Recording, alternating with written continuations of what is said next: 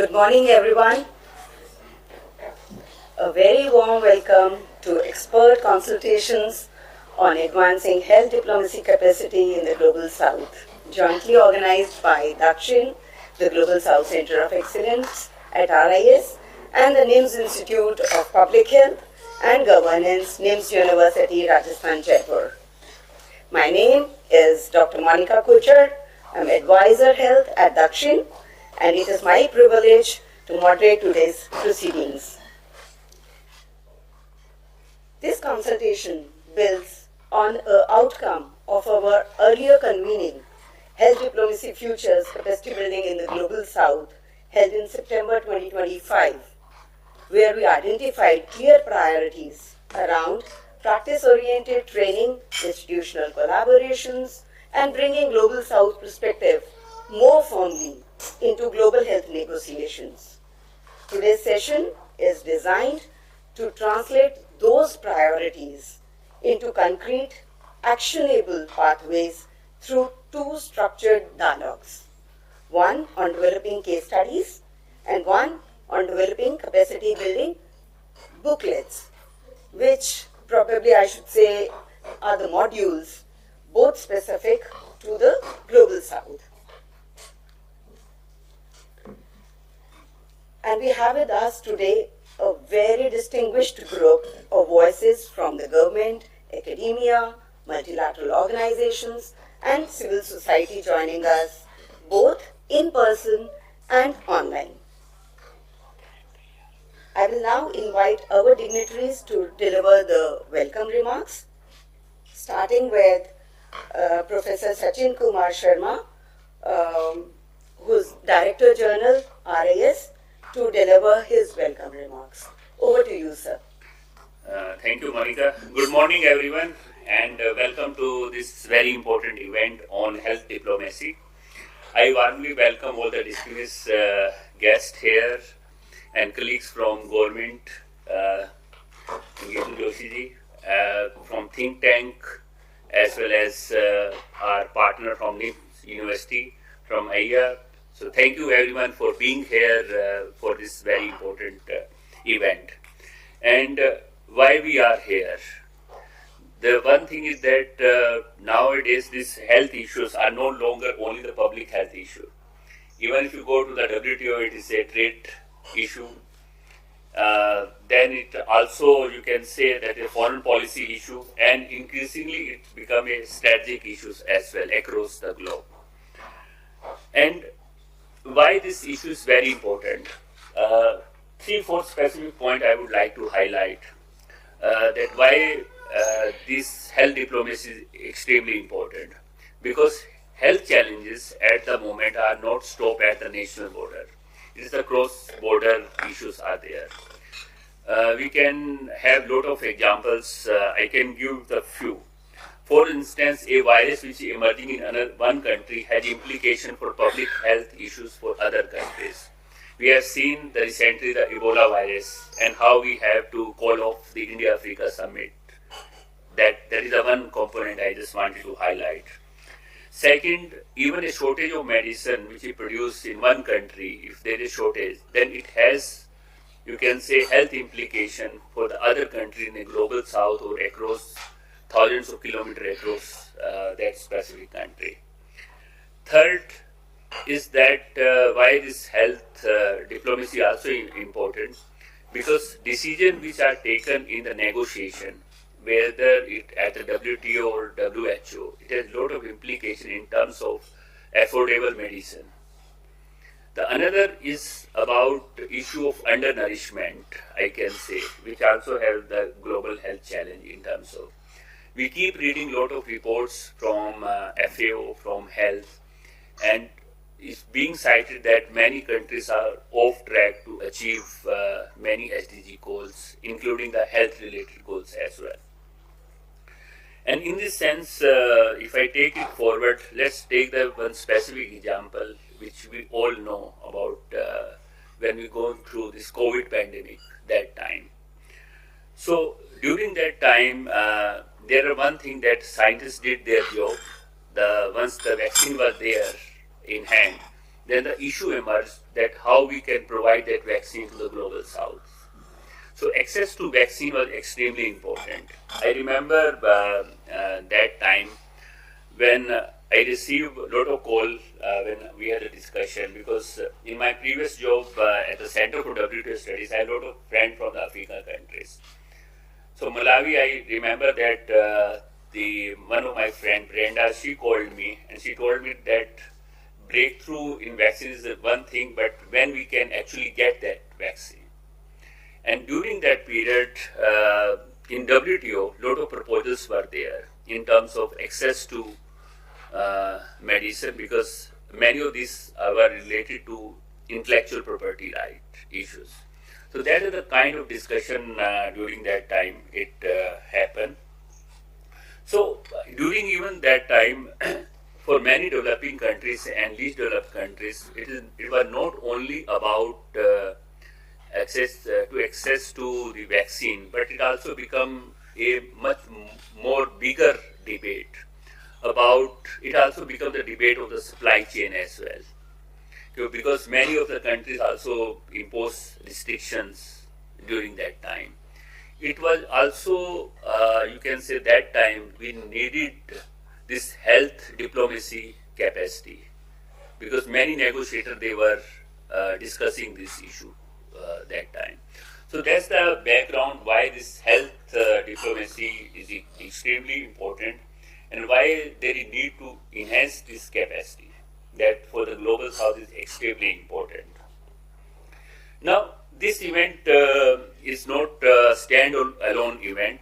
When I joined as a DGRIS around September 2025, I think that was the first event I did with the NIMS University on the health diplomacy. Yes. And during that time, three specific things emerged during that specific dialogue. One, yes, we need to strengthen the partnership. That is the one thing. Institutional partnership, we need to strengthen it. The second was to enhance the health diplomacy capacity for which we are here.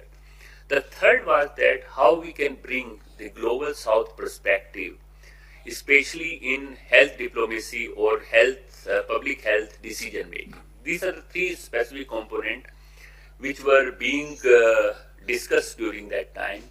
And today we are discussing about health diplomacy capacity, how we can enhance it. And here the role of Dakshin is extremely important. Just few words about Dakshin. It was started in 2023, and now it's headed by Dr. Rajan Sudesh Ratna.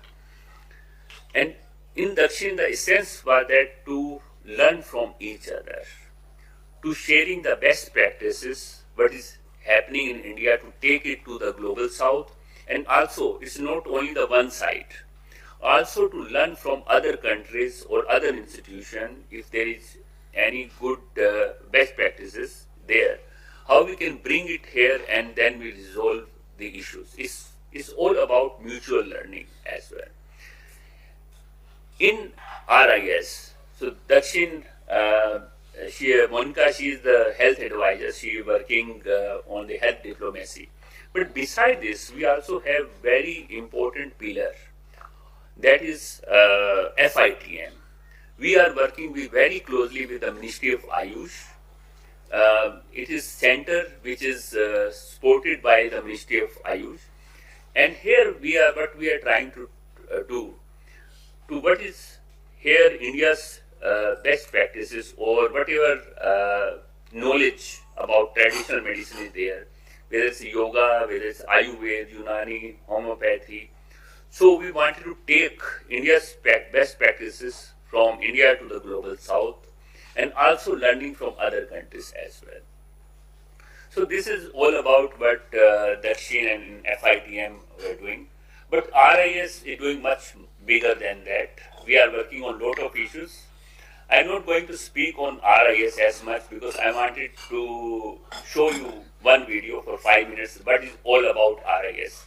I request Sanjay to please, can you play that video?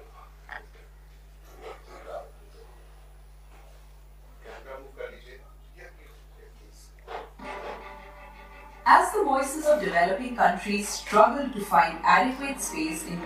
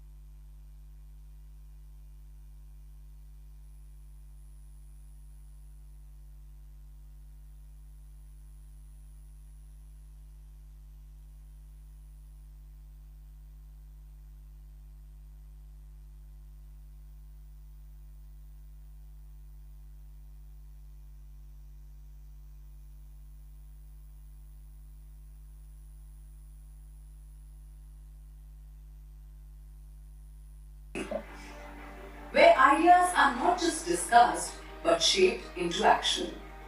Through studies, reports, and dialogues, RIS consistently focused on issues that matter most to developing economies. Guided by its distinguished Governing Council and Research Advisory Council, RIS continues to advance as a leading policy institution dedicated to articulating and strengthening the developmental aspirations, strategic priorities, and collective voice of the Global South in an evolving international order. As globalization deepened, RIS expanded its engagement.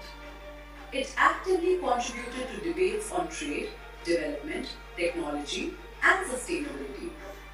From WTO negotiations to South-South cooperation, RIS has played a quiet but important role, bringing balanced, development-focused perspectives to global platforms. At its core, RIS has always remained committed to one idea: ensuring that the Global South is not just included but meaningfully heard. Whether it is trade rules, climate concerns, or development priorities, RIS has consistently highlighted the need for fairness, inclusivity, and equity. Through flagship publications and wide-ranging consultations led by different centers like Dakshin, the Global South Center of Excellence, which was inaugurated by the Honorable Prime Minister Shri Narendra Modi ji. I firmly believe that countries of Global South have a lot to learn from each other's development experience.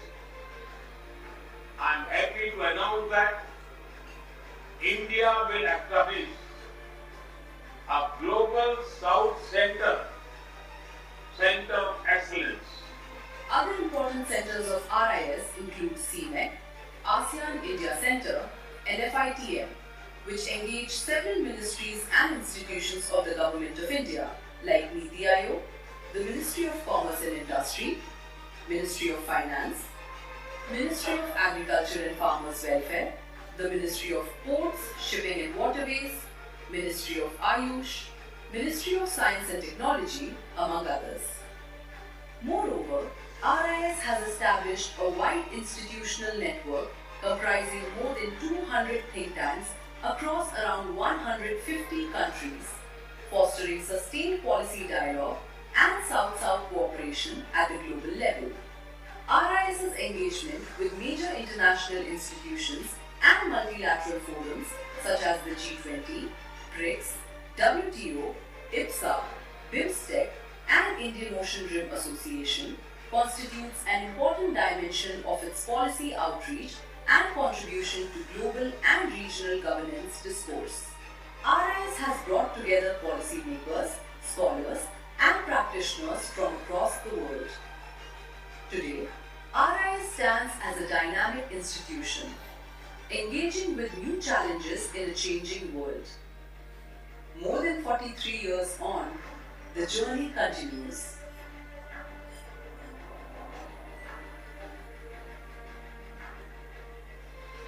With the same commitment, the same purpose.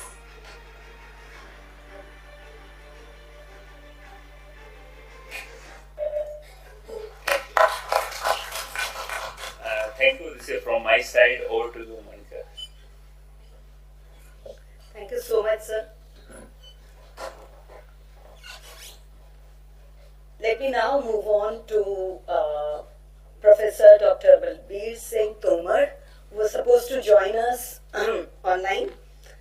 He's the founder and chancellor of NIMS University, Rajasthan, but due to unavoidable administrative responsibilities, he would not be able to join us today. However, Dr. Sanjay Patin Shetty will deliver his address. Over to you, Dr. Sanjay. Thank you, madam. I'm privileged to deliver address by the Chancellor of NIMS University, Jaipur, Rajasthan. Distinguished dignitaries, esteemed colleagues, representatives from different sectors. It is a privilege to address this important high-level stakeholder consultation on building capacity in health diplomacy in the Global South. I extend a warm welcome to all participants and commend the organizers for bringing together such a distinguished group of stakeholders committed to advancing global health cooperation. The challenges confronting global health today transcend national borders. Pandemics, climate-related health risks, antimicrobial resistance, health inequities, migration, and emerging technologies have demonstrated that health is no longer solely a domestic policy concern. It is a central issue of international relations, development, trade, and security. In this context, health diplomacy has emerged as an essential instrument for promoting collective action, strengthening multilateral cooperation, and ensuring equitable health outcomes. For countries of the Global South, the need for robust health diplomacy capacity is particularly urgent. Our nations must be equipped not only to respond to health challenges, but also to actively shape global health agendas, negotiate effectively in international forums, mobilize resources, and advocate for policies that reflect our unique realities and priorities. Building such capacity requires sustained investment in knowledge, leadership, evidence generation, and institutional partnerships. India has demonstrated the transformative potential of health diplomacy through initiatives that have strengthened regional and global health cooperation. From advancing affordable access to medicines and vaccines to supporting countries through vaccine partnerships, digital public health innovations, and South-South cooperation, India has emerged as an important voice in promoting equitable and inclusive global health governance. These experiences offer valuable lessons for strengthening health diplomacy capacity across the Global South. As a university committed to advancing public good through education, research, and innovation, we firmly believe that higher education institutions have a critical role to play in strengthening health diplomacy ecosystem. Universities serve as conveners of knowledge, incubators of leadership, and bridges between science and policy. They are uniquely positioned to generate evidence, foster interdisciplinary dialogue, and prepare the next generation of health diplomacy practitioners and leaders. I am pleased to affirm our university's long-term commitment to supporting this important initiative in 3 key areas. First, intellectual contribution. We will actively contribute to the development of thought leadership, policy dialogue, and academic discourse on health diplomacy. Through expert consultations, policy brief, executive education, and interdisciplinary engagement, we seek to strengthen the knowledge base that informs decision-making at national, regional, and global levels. Second, research capacity enhancement. We are committed to supporting collaborative research, training programs, and knowledge networks that advance evidence-informed health diplomacy. By fostering partnership among universities, governments, think tanks, international organizations, and research institutions across the Global South, we aim to strengthen local research capacity and promote context-specific solutions to complex health challenges. Third, resource mobilization and partnership development. Sustainable capacity building requires long-term investment. Our university will work proactively with development partners, philanthropic organizations, multilateral agencies, and national governments to mobilize resources and create platforms that support training, research, policy engagement, and institutional strengthening in health diplomacy. Our university stands ready to be a committed partner in this journey. Together, we can build the knowledge, leadership, and institutional capacity necessary to ensure that the voices and priorities of the Global South are meaningfully represented in global health decision making. Thank you, and I wish this consultation every success. Thank you. Thank you, Dr. Sanjay. Now I have the pleasure to invite Ms. Geetu Joshi ma'am, Economic Advisor to Ministry of Health and Family Welfare, to share her special remarks on health at the intersection of international relations. Ms. Joshi, the floor is yours. Thank you. Thank you, Monica. Professor Sachin Sharma, DG RIS, Dr. Rajan Ratna, Coordinator Dakshin, NIMS University, Rajasthan, esteemed colleagues and dear participants. A very good morning to you all. It is a privilege to join you today at this expert consultation on advancing health diplomacy capacity in the Global South.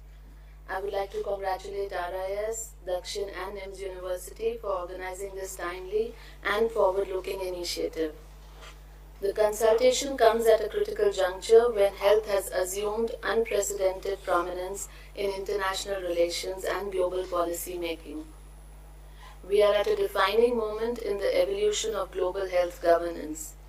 The challenges confronting the international community today are increasingly transnational in nature and systemic in impact. Pandemics, the escalating health consequences of climate change, the silent threat of antimicrobial resistance, vulnerabilities in global supply chains, disruptive technological transformations, and inequities in access to health technologies have collectively underscored that health security, economic resilience, and sustainable development are inextricably linked, and that the well-being of nations is ultimately contingent upon the strength of global solidarity and multilateral cooperation. For the Global South, health diplomacy represents both an opportunity and a strategic necessity. It provides a platform through which developing countries can advocate for equitable access to health technologies and contribute to the construction of a more balanced and democratic global health architecture. A truly resilient and equitable global health system can only emerge when the voices of the Global South are not merely heard, but are integral to the formulation of global priorities and solutions. India has consistently advocated for a people-centric and inclusive approach to the global health. Guided by the philosophy of our Honorable Prime Minister, Vasudhaiva Kutumbakam, that is, the world is one family, we have sought to strengthen international cooperation while advancing the principles of equity, solidarity, and shared responsibility. India's approach to health diplomacy has been shaped not only by our engagement in multilateral negotiations, but also by our long-standing development partnerships across the Global South. Over the years, health has emerged as a significant pillar of India's development cooperation architecture. Guided by the priorities of partner countries and the principles of mutual respect, demand-driven assistance, and capacity creation, India has supported healthcare infrastructure, human resource development, pharmaceutical access, digital health and medical education across Asia, Africa, Latin America, and small island developing states. India has also emerged as a trusted partner in strengthening healthcare systems through affordable medicines and vaccines. During the COVID-19 pandemic, the Vaccine Maitri initiative embodied the spirit of global solidarity, whilst India supplying vaccines to more than 100 countries and supporting global efforts to ensure equitable access to vaccines. Our development partnerships are increasingly incorporating digital public goods for health. Platforms such as CoWIN and eWIN have demonstrated the transformative potential of scalable, interoperable digital health systems. Today, India is working with partner countries in the Global South to adapt these digital solutions to local contexts, helping strengthen immunization systems, health logistics, and data-driven decision-making. These experiences underscore an important lesson. The Global South possesses not only health challenges but also health solutions. The opportunity before us is to systematically document these experiences, build institutional networks, and create platforms through which countries can learn from one another. This is precisely why initiatives taken by RIS and Dakshin, such as this consultation, assume great significance. The collective demographic, economic, scientific, and technological capabilities of developing countries are expanding rapidly. Regional and multilateral platforms such as the BRICS, BIMSTEC, ASEAN, and cooperation through African Union and other South-South cooperation frameworks are creating new avenues for collaboration. Emerging technologies, including artificial intelligence, digital health platforms, and advanced surveillance systems, present opportunities to accelerate progress toward universal health coverage and health security. Yet, significant challenges remain. Many countries continue to face shortages of professionals equipped to operate at the intersection of health and international affairs. Institutional coordination across sectors remains a challenge.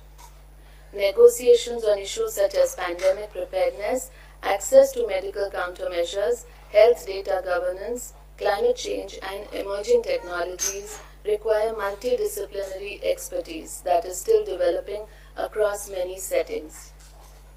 As we would all agree, addressing these challenges requires sustained investments in capacity building and institutional strengthening. I am particularly pleased that this consultation seeks to focus on practical approaches to health diplomacy, training, and capacity development. There is a pressing need to move beyond theoretical discussions and develop case studies, training modules, and learning frameworks rooted in the lived experiences of the Global South. I would like to commend Dakshin and RIS for the rigor and consistency with which they have pursued this agenda. Dakshin's continuing work, spanning digital public infrastructure advocacy and sustained engagement with diplomatic missions across the Global South, reflects a disciplined and outcome-oriented approach that I find genuinely valuable. I welcome the objectives of this consultation, particularly its emphasis on developing Global South-centered case studies, fostering institutional partnerships, and strengthening capacities for sustained engagement in health diplomacy.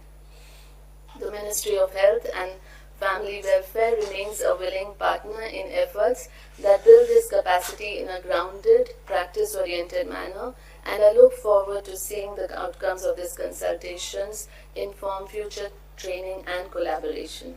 I wish you all productive discussions. Thank you. Thank you so much for these encouraging words, ma'am. We really look forward to convening these kind of consultations in future as well, and taking the learnings from this consultation to at higher levels. Thank you so much for those encouraging words, ma'am.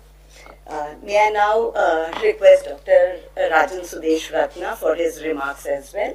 Dr. Ratna is Coordinator Dakshin. Sir, over to you. Thank you, Monica. Good morning, everybody. First of all, let me thank NIMS for this partnership and Dr. Parsan Shetty for being present here. Secondly, as part of Dakshin, where health is one of our pillars, getting support, even moral support and guidance from the Ministry of Health and Family Welfare, as well as Ayush, has been really encouraging, and we are lucky to have their support for many of the events and inputs that we receive, as well as the guidance on the direction in which we need to work. So I thank profoundly Madam Geetu Joshi, Economic Advisor and Additional Secretary in Ministry of Health and Family Welfare. In absentia, please convey our regards to your Secretary too, who has been really encouraging us in the manner we or the direction in which we need to go.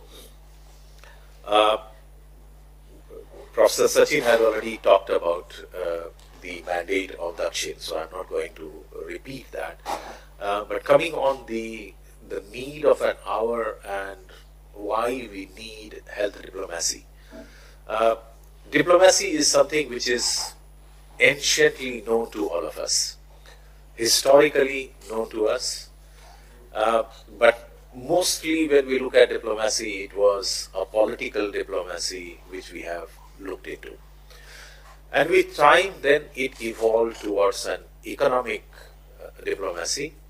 And then recent decades, we found science and technology, research and development kind of diplomacy and cooperation between government to government, and also through protocols and through agreements. It was COVID pandemic which really alerted the whole world and brought in front the importance of what role health diplomacy can play. And we have all seen very successfully as how health diplomacy can not only bring warmth amongst the countries, even the countries which have a conflicting situation. And I always give this example because earlier I have been handling South and Southwest Asia. And SAARC is a regional cooperation where the meetings have not been held for decades because of the political conflict. But when COVID came, it was within 1 month that a SAARC COVID fund was established by none other than the heads of nations. And it took 2 webinars and every country put the money. And then the diplomacy even in South Asia, even with the countries with whom the countries have conflicting situation, the vaccines, the medicines, and all other gadgets flew from one place to another place seamlessly. The whole supply chain globally for everything was suspended, borders were closed, but essential items and health supplies were unaffected. And that is what brings into the present dynamics the important role health diplomacy can play. In my take, I don't see health diplomacy as only goody-goody and meeting and having wine or making cheers in the boardrooms. But it is like a very complex situation where we need to look into this as an entire supply chain management, logistics, distribution. Do you require refrigeration system and transportation or a cold chain? Connectivity issues. We are seeing the conflict, geopolitical conflict, which is disrupting the supply chain, and it is also disrupting and making the logistics cost very high. How the governments can provide affordable medicine to the people and masses should be a part of a health diplomacy.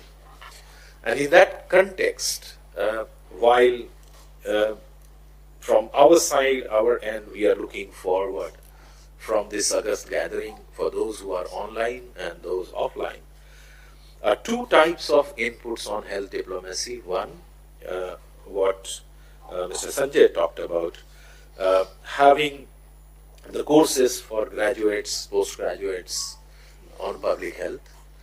But what Dakshin is looking also is, will or can we also have a dedicated course module for officials, for diplomats, for those who are involved into the policy making and international cooperation within their governments.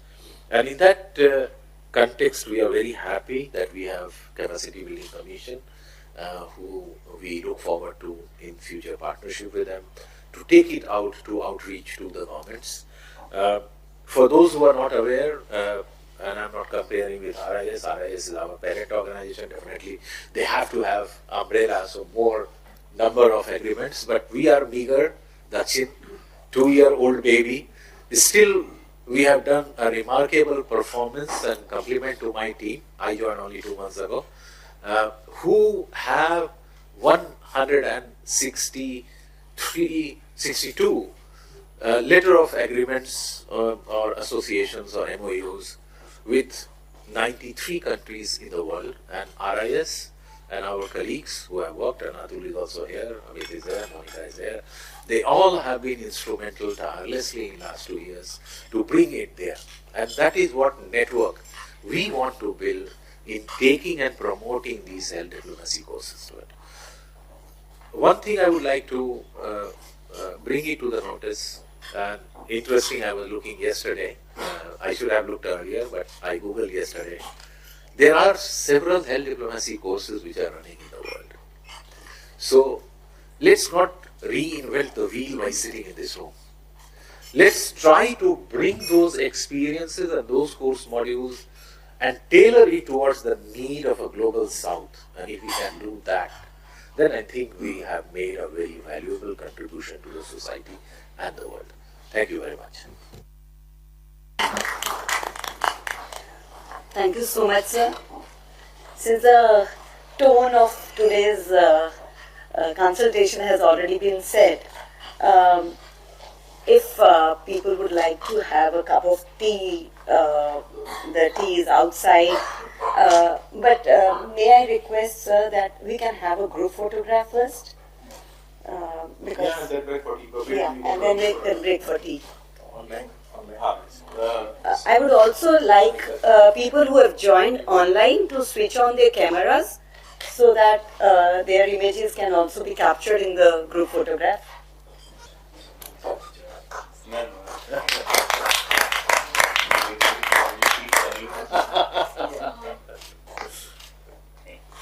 Welcome back, everyone. Can I request the people who joined online to open their cameras, please? Awesome. So before we move into our first dialogue, may I request Professor Dr. Sanjay Patan-Shetty, Professor and Director, NIMS Institute of Public Health and Governance, NIMS University, Rajasthan, to set the context for today's deliberations. Over to you, Dr. Sanjay. Good morning, everyone. Good morning to all the distinguished guests who are in this particular hall, and also distinguished guests who have joined online. Some of them I know very well, Dr. Vaiva, Sued, and all others. Thank you so much for taking time out, even there's a time difference. Please, thank you so much for accepting this invitation. So I will set a context, and then there will be dialogue 1 and dialogue 2. So please, as we start the dialogue, please pitch in, give your inputs, open, constructive, progressive in terms of what we can build together. That's extremely critical. So let me set the context now. As you know, the contemporary global health landscape is being shaped by a convergence of crises and transformations, including pandemics, climate change, conflict and displacement, economic instability, food insecurity, digital transformation, and evolving geopolitical dynamics. These challenges have underscored the critical importance of health diplomacy as a strategic instrument for advancing health, development, and foreign policy objectives. For countries of the Global South, health diplomacy is increasingly central to addressing inequities in global governance and ensuring that national and regional priorities are effectively represented in international decision-making process. Recent experiences from COVID-19 vaccine access and pandemic preparedness negotiations to climate and health discussions, depth and development financing debates, and regional response to health emergencies. All these issues have highlighted both opportunities and constraints faced by low and middle income countries in influencing global health agendas. While Global South countries have demonstrated growing leadership through regional cooperation, South-South collaboration, and collective advocacy, significant capacity gaps remain. These include limited opportunities for specialized training, inadequate institutional mechanism linking health and foreign affairs sectors, insufficient documentation of successful negotiation experiences, and a shortage of practical learning resources grounded in Global South realities.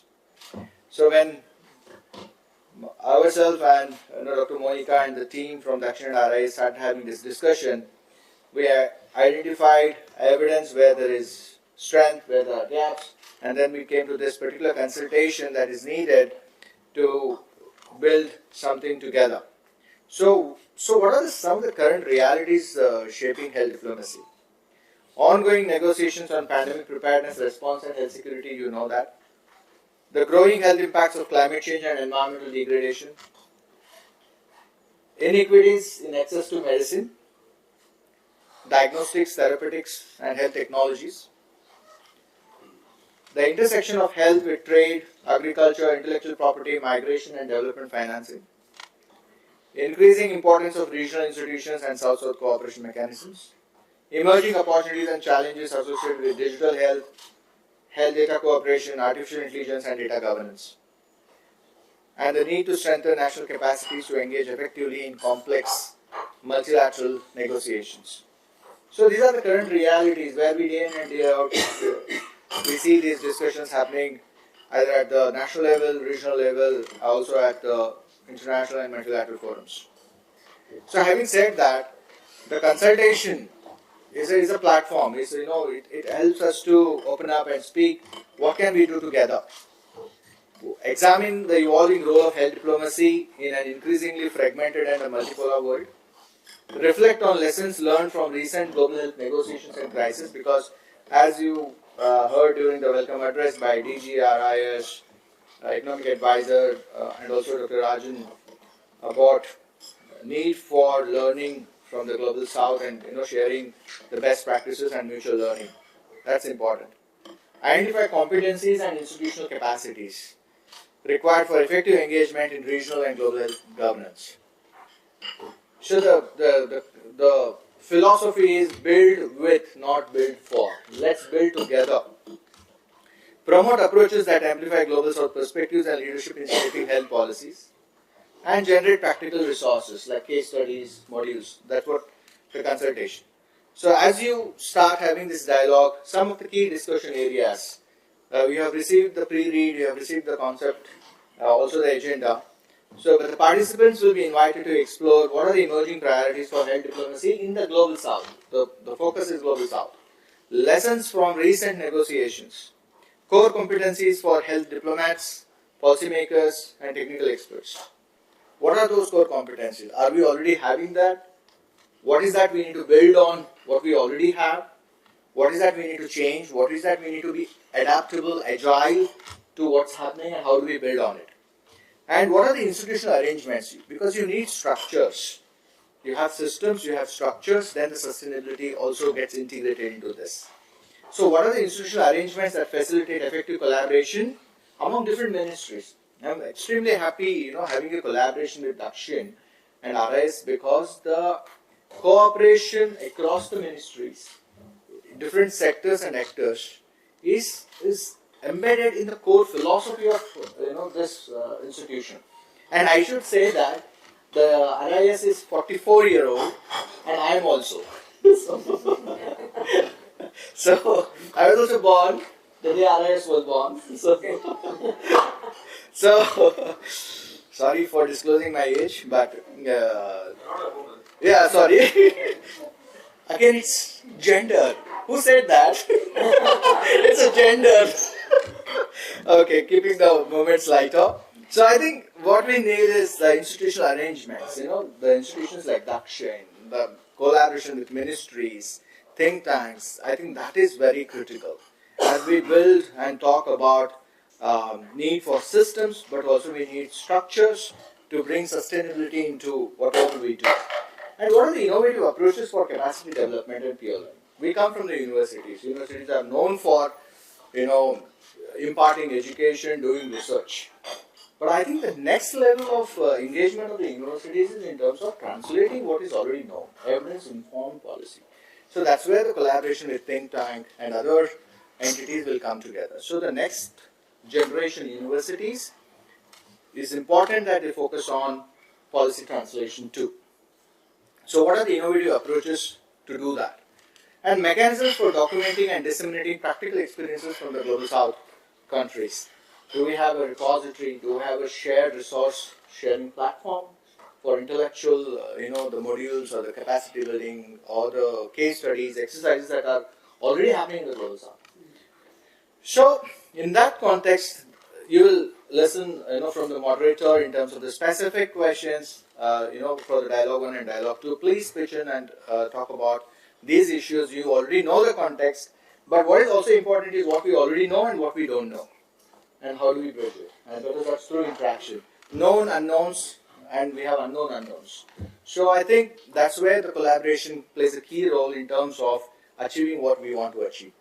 So building on Rajan sir, coordinator Dakshin, what he mentioned, the expected outcomes is the development of global south focused health diplomacy case studies, development of competency based health diplomacy learning modules, and establishment of a sustainable learning and practice network. These are the 3 expected outcomes, but the outcomes can be much bigger and better than this.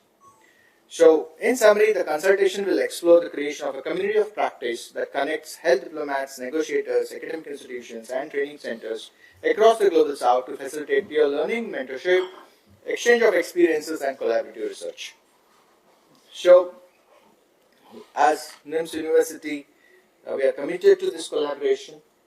As I said from the message from the Chancellor of NIMS University, and we have committed resources for this. And it was announced on 30th September by the Chancellor of NIMS University. We have unrestricted funds allocated to this particular endeavor, and we have taken this on a mission mode, and we collaborate with Dakshin in this endeavor and ensure that it is successful. And we have friends from the Global South, I see, from National Institute of Singapore, from IHPP, Dr. Suvit, and all others who will support in this journey. So thank you so much. I've set the context. Now I'll give the floor to moderator, Dr. Monica, partner in crime. So over to you now. Thank you so much. Thank you so much for setting the tone, Dr. Fatin Shetty. Now, without much ado, let me move on to our first dialogue session, development of case studies specific to the Global South in health diplomacy. During the course of this discussion, I will invite the panelists. They can speak briefly. I will pose them a guiding question to open their remarks.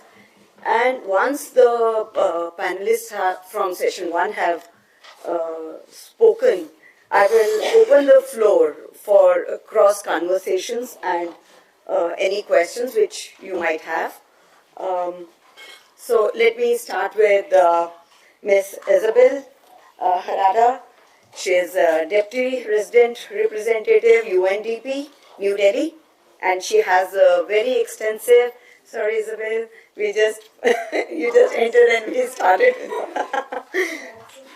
She has an extensive work on gender equality, socio-economic development, resilience, livelihood, governance, peace building, and the rule of law. My question to you, Isabel, is, drawing from your experience at UNDP, how can health diplomacy better integrate development priorities, and which examples of cross-sectoral collaboration should be captured as case studies for the Global South? Over to you, Isabel. Thank you so much, Monica Ji, and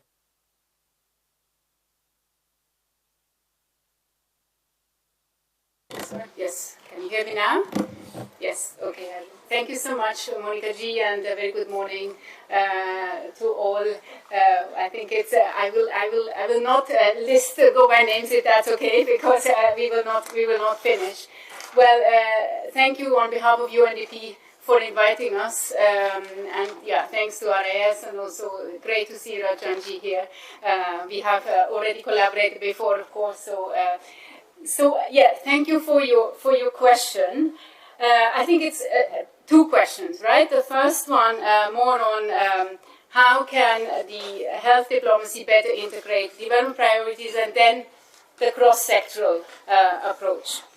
Well, let me just start, and I will obviously base it on UNDP's partnership in India, and also our partnership we have with the government of India on our work on South-South cooperation. And it's wonderful, obviously, to also have Gitu-ji just next to me, because she knows very well how we have been working together, and we look forward to continuing this collaboration.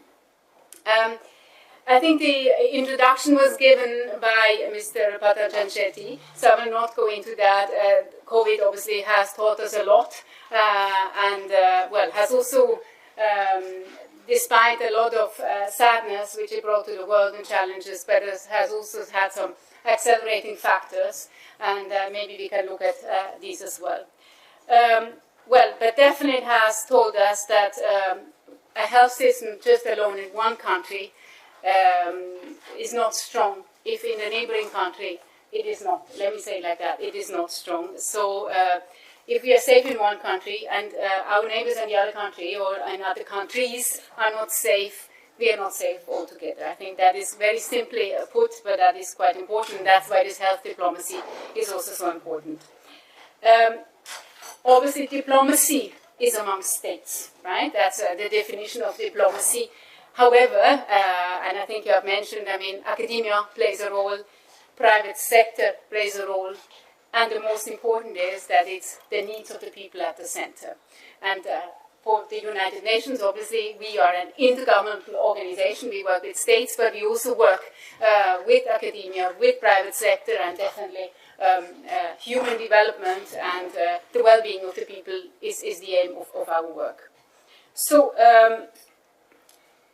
but for that, we also need, let me just talk a little bit on, well, COVID-19 and India's role. I think you have mentioned quite a bit. But the role India played as a producer of vaccines and then providing vaccines to the world in collaboration with the UN, I think there was a very strong partnership during this time with the UN, is obviously one, I mean, a prime example, if not the prime example which we have. So, and that is, if I may say, international cooperation practice, you can also say. It's diplomacy, but it's also international cooperation with all the partners. But health diplomacy, in our view, is also about innovation. You have mentioned it, Professor. And, well, where not else than in India, we have, I think, fantastic innovation, if you look at the health sector, specifically on digital health. And UNDP has been a proud partner of the government of India on digital health. And COVID, you know it all, the vaccination drive for the digital vaccination platform, which was established during COVID, registering 1.2 billion people and tracking 2.4 billion doses.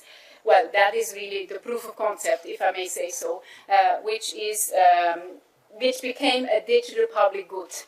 I mean, India has not just produced that and used that, implemented that, as you said, tested that in a way as well, but also has made it a digital public good. And the word public, obviously, is the most important here. And well, it has been, or is being put at scale. This digital platform is a basis for many other solutions now, reaching to the last mile in India, but very important for this discussion, obviously, together with the government of India, we have also had a chance also to work in other countries. And I would like to give you some examples already. Then there is the COWIN platform, there is the EVEN platform. I don't want to go too technically, but EVEN obviously was established way before COVID-19, but the digitalization of the cold chain for vaccines, which is also a very important platform, and which has now been running and been further improving. And we are, together with many partners of the government of India, we are in the process also of seeing how this digital stack can be useful for other solutions. But very early on, Indonesia was the first country which was inspired and which has tested, has checked what is EVEN in India, and they have established, based on EVEN, the SMILE platform, which is also further expanding, and there is a partnership between the government of Indonesia and UNDP in Indonesia. Now, more recently, the UN and the Ministry of External Affairs have co-signed or established the so-called SDG Fund, which is on how can we work together on South-South cooperation in different areas. Now, UNDP, under this framework of this fund, UNDP in India, together with the government, has worked on piloting, on establishing the solution, the event solutions in 2 countries. One is Laos, Lao PDR, and the other is Zambia. And, well, there is now something called Lao Win. It is already launched. So in quite a short period of time, really directly based on the experience, on the tested experience of India, this has been established, and the support is ongoing in Zambia. My colleague Abhimanyu is here. He is our head of the health department, and he himself has been part of this work together with our colleagues also in Laos and in Zambia. Then there is another framework, and it's important that we have this framework. There's another framework, is the India-UN Development Partnership Fund, which is managed by the UN South-South Cooperation Office in New York. But in this context, I mean, it's broader, it's not only on health, but there are also several projects and several practices and solutions tested in India, which are through this fund, with support of MEA and other departments brought to the world. Now, I would like to come back to what you mentioned, because you said very important elements. You said capacity. So I also want to say that health diplomacy alone will not bring us to the result. We will not be able to reach the people. It starts with health diplomacy, but it is important to have the partnerships, right? It's about people and the partnerships. So first, obviously, the governance to create enabling policies. Well, working on the capacities, we have seen that, and we have been working in India for almost 10 years, for more than a decade. We have been celebrating this decade of digital health, and we have been seeing also, and the gender aspects play a huge role, right? It is, I mean, in India, as you know, ASHA workers is, I mean, mainly women, right? And what the digitalization of these processes and the digital literacy of the people implementing, or the women in this case implementing it, plays a huge role, which can also have positive externalities, which is also quite interesting to look at. So you need that to reach the last mile. The framework alone, the diplomacy alone, is not sufficient. So building these capacities is quite important. And then obviously the partnerships, well, I would like to mention obviously the partnership we have with the government of India, but the partnership with Gavi, which the government of India has with Gavi. It's a tripartite, or even more. We have obviously other UN agencies, also WHO, UNICEF, UNDP. We're working very closely together with the government of India and with Gavi, the Global Alliance for Vaccine Intelligence. But also the private sector. I think some of these digital solutions, yes, they're government owned, but also they are developed also with the private sector. I think that is important. So that was a bit on the first part. Now we come on the cross-sector collaboration. I think also I have an easier job because I think Professor has mentioned very important elements, and I'm happy maybe to elaborate a bit also how UNDP, we are working in India, but also how we could work more on South-South on that. Well, it is obviously on the link between climate and health. Very important, and then also One Health, I will come to that.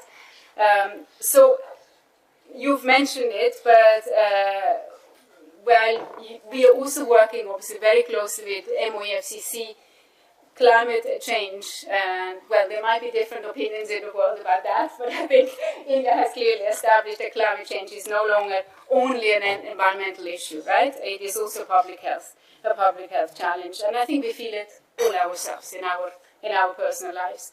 I will not go into detail. Rising temperatures, more frequent, intense floods, droughts, and so on. Heat, I think, is all over the world, but in India we feel it very strongly. Is heat-related illnesses, growing pressures on food, water security, disruptions. This is also contributing to the disruption of health services and expanding the risk of infectious diseases. So it is highly important that we all start working together on climate and health. At the same time, we also need to focus on the interconnection between human, animal, and environmental health. This is obviously the One Health approach. I don't think I'm mentioning anything you around the table don't know, but it is particularly critical for preventing and managing zoonotic diseases, future pandemics. And there is a link, obviously, to the climate change. As ecosystems change, forests shrink, and human-animal interactions intensify as a result of it. The risk of diseases such as Nipah, Ebola, and future coronavirus-like outbreaks continue, obviously, to grow. Again, I think India is showing a very strong leadership, the government of India, very strong leadership on that, and many other countries can learn from that. I would just like to mention the National Action Plan for Climate Change and Human Health, which places health at the center of climate action. But then also the National Adaptation Plan, which is being elaborated. The process is ongoing, where health is emerging also as a core pillar of climate resilience. And last and definitely not least is the National One Health Mission, led now by the Office of the Principal Scientific Advisor on the PMO, which is strengthening collaboration across human health, animal health, and environmental sectors. Just mention briefly, so UNDP, we are actually working with almost all these partners, so with the Ministry, with NYTC, obviously with the Ministry of Health, but just yesterday we were actually with NCDC discussing on climate and health, and how we can work together. And on One Health, we are running at the moment some very interesting pilot in Telangana and in Tamil Nadu, obviously in collaboration with the Ministry of Health and the different departments in the state as well. And obviously, last but definitely also not least, is the Ministry of Animal Husbandry, where actually the digital solutions which we had tested with the Ministry of Health, we are also now have been testing them with the Ministry of Animal Husbandry. So this really shows that India has a very strong framework set already, which I don't think many countries have, on how we can work together and have these integrated platforms, and I think that's the challenge we have. So first, and then the next step, obviously, how in the health diplomacy we can bring and show this example to the world. And well, the UN in India would certainly be happy, as we have been doing specifically on human health, but would be happy to also further collaborate with the government. I will stop here, and I'm looking forward to the other interventions and to the discussion. Thank you so much. Thank you, Ms. Isabel.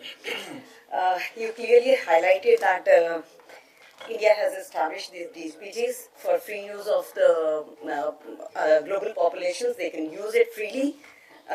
And this is obviously a very exemplary approach of the government of India.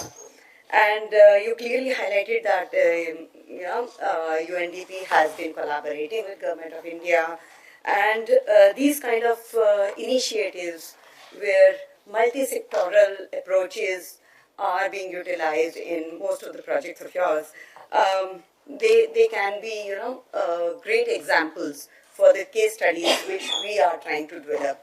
And I'm sure UNDP will support us later as well by providing us all these case studies where you have been so actively working, especially, as you mentioned, Dr. Abhimanyu, who's been working in Namibia, Zambia, and your experiences in Laopedia probably would be the best examples for multilateral collaborations across states. Yeah, thank you so much, Ms. Isabel. Let me move on to Professor YY, who's joined us online. Professor YY is Vice President, Global Health and Dean of Saucy Ha School of Public Health, National University of Singapore. And he has contributions spanning from global health research, genomics, health diplomacy and health policy. My question to you, Professor YY, is, as the health diplomacy landscape evolves, how can training programs prepare practitioners for future challenges while avoiding the replication of existing inequities in global health education and leadership? Over to you, Dr. YY. Thank you very much, Madam Chair. And a real privilege to be able to share some of my thoughts today with distinguished colleagues working at. I think maybe I'll start off first in terms of some of the changes that we are starting to see in the global public health architecture. Because I think that is an important starting point. As we start to see the role of policy and then the role of training program, particularly from academic institutions like NIMS, like NUS, in the world. I think one of the emerging trends we are starting to see from the dialogue on health architecture reform, whether it is the one that is in trust, the 5 region dialogues, one that was run together in Bangkok with Professor Dr. Surit, as well as also some of the emerging changes that are coming from WHO from their joint process in looking at reforms, as well as the ACRA reset that is very much grounded in health sovereignty. We see a very clear trend that the role of diplomacy is going to change, and it's going to change in relation to some of these reform ideas that are being put forward. And I see that at the moment there are 2 key principles that are being replicated in many of these reform dialogues.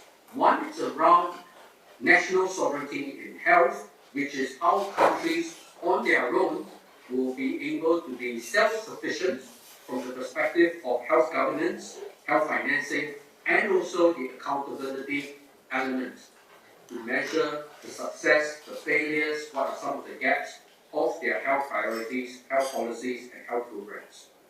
The second principle that I've seen emerge is really this principle of subsidiarity, where are there particular functions that are best placed at the lowest possible level. So some of this function will be centered in countries themselves, and therefore it should be run by country, local governments, local technical experts. Some of these functions are best placed in a regional context, whether it is Southeast Asia, whether it is South Asia, or parts of Africa. They will then take on the role of establishing regional functions and regional public goods. Now, if we see this, the emerging trends that are moving away from the global consensus model, this is where the role of diplomacy actually needs to change as well. Because there's always this understanding that learning in health diplomacy means really trying to understand what WHO is about, how do we negotiate, how do we set priorities at the global level.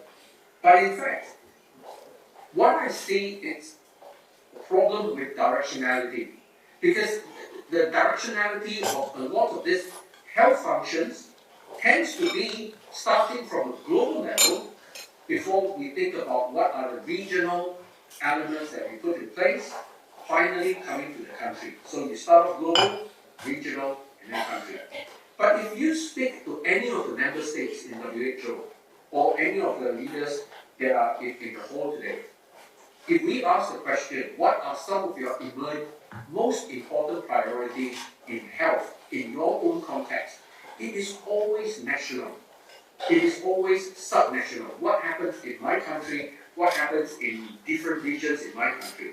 So this is one of the key elements that diplomacy must understand, the directionality, that we need to start off talking about what are some of the priorities that are happening in a country. How do we then support countries to achieve those priorities to tackle their local health problems? Those are the realities that politicians, policymakers face.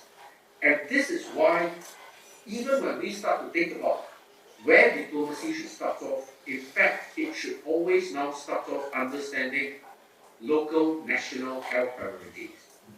But of course, there are challenges that need to be tackled across countries. This is where the global functions comes in. And whether it is understanding impact of climate, trying to set norms and agreements around pandemics, establishing guidelines and restrictions and regulations around ultra-processed foods, tobacco, vaporizers. Those are some of the key global functions that we then need to think about. But understandably, with the current crisis happening in global health at the moment, we start to see that there are many negotiations. If happening at the global space, it's going to take a long time to get the consensus needed to move forward.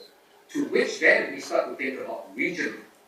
How can regional entities, regional public goods, regional infrastructure step up to address some of the needs of countries, to help countries, because some of the global functions are breaking down. So you notice the change in the directionality, even in the way that diplomacy has to approach problems in health. The traditional approach is global, regional, national. It's no longer working, and countries are now focusing, how do I build sovereignty in my own health? This is where the directionality needs to pivot from country, global, and then regional. But what does all of this mean operationally? Because what I've laid out is a very theoretical diplomacy framework. Operationally, if you ask the countries, they are talking about local financing, they are talking about local technical experts, local education and training pipelines to train their own technical experts. And this is really where training programs comes in. Being self-sufficient in training, including for the health systems. Do you have to have health legislation experts, the lawyers that are proficient in negotiating for health? Do you have the health regulation experts that are able to address what are the regulatory authority maturity level, the ML level, the WHO measures and credits? How do we enforce against tobacco, e-cigarettes, the harms? How do we negotiate for drugs and for medical devices? Those are some of the local education and training pipelines that we now need to step up to train own technical experts. But it's not just that, because we are also talking about designing, establishing critical infrastructure for health systems. For example, the NRAs, the National Regulatory Authorities. These are your authority for understanding whether drugs have side effects in the local population, the quality of medicine, of technology. How do I manage and approve new emerging vaccines, therapeutics, diagnostics? That's one key important horizontal function that national health systems need to establish. Agencies for understanding cost effectiveness, cost benefit. Agencies for evaluating policies and national programs. Understanding impact assessment. National health promotion agencies. Countries need to have clinical specialization tracks. We talk about primary health care today. We talk about strategic purchasing, food procurement of drugs and medical devices. These are key important horizontal infrastructure. The question now is, from a diplomacy standpoint, how do we have our local diplomacy people, experts, firstly to train them, and secondly to get them to be negotiating at the regional space, at the global space, on establishing some and supporting the establishment of some of these key horizontal functions. More importantly, earlier on, we had one of our chair talked about the sustainable access to quality medicine and technology, whether it is through local supply chains or through local domestic investment in production strategically. That we are not talking about just producing all types of medicine, but strategic production of the key quality medicines that we want. And finally, when I think about diplomacy, as well as bringing in the concept of sovereignty, it is about national trust and national confidence in local enterprise, local manufacturing, local experts, local processes, and also the local scientific R&D. Because there are still many countries where they are already capable of manufacturing well-measured and well-regulated medicine that the locals do not trust their own local production pipeline. So those national trust and confidence is an important element as we step up towards this principle of health sovereignty. Now, I come back to talk about the roles of academia, the roles of training program, and importantly, the roles of schools of public health and medical schools. Because as I laid out this frame, that we are marching towards health sovereignty, we are marching towards regionalization. The question now is, who is going to train your local technical experts? Where will the regional convening of technical experts come in to support countries that are in the process of transitioning? This is really where I see training programs to play an important role.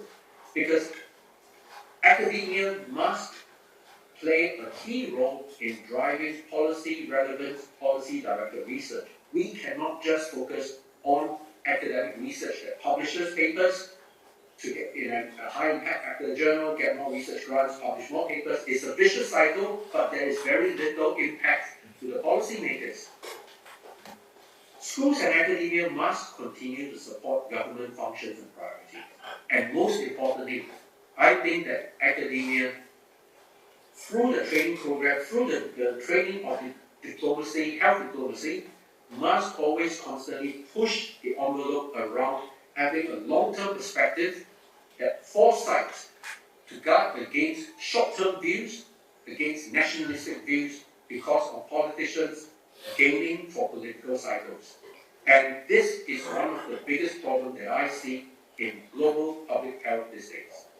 So I'll just end off by highlighting that the fundamental role for training programs, whether it is in health diplomacy or whether it is in broader elements around global public health, must now start to think about how do we negotiate effectively from a cost-benefit perspective, from cost-efficient perspective, around principles of sovereignty and subsidiarity. And I laid out three areas. One is really in terms of training and capacity building for the health systems, undertaking policy-relevant research, and the important role of technical convening, which is exactly where the diplomacy role comes in. And I'll stop here and then hand it over back to you, Madam Chair. Thank you, Dr. YY. Thank you, Professor YY. Your ideas have been so aptly put that I will not even try to, recreate and reiterate what you have been speaking. It has been so clear. Thank you so much. May I now move to Professor Pradeep Kumar Prajapati, who's the director, All India Institute of Ayurveda, New Delhi.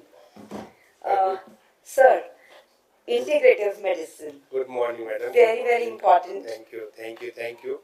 Because we are already taking, the Ministry of Health already taking so many steps to establish the education and practice, best practices in South global countries.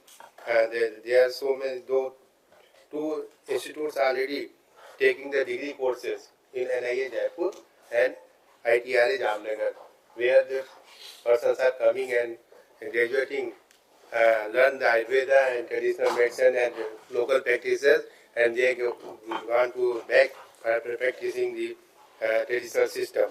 But it is a very difficult time too, because we don't have the policy for the health policies. So I think we think on that issue, that health policies should be in such a way that these 10% can practice in traditional way in their countries. So as Sir is showing that the country priorities is very important. So on the basis of, we can prepare the some diploma courses and certificate courses through universities.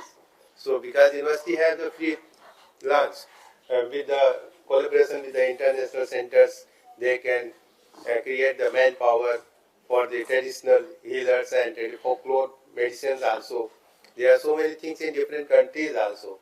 So that should be documented in proper way, and that should be trained for the local persons. Then we found good results in that way also.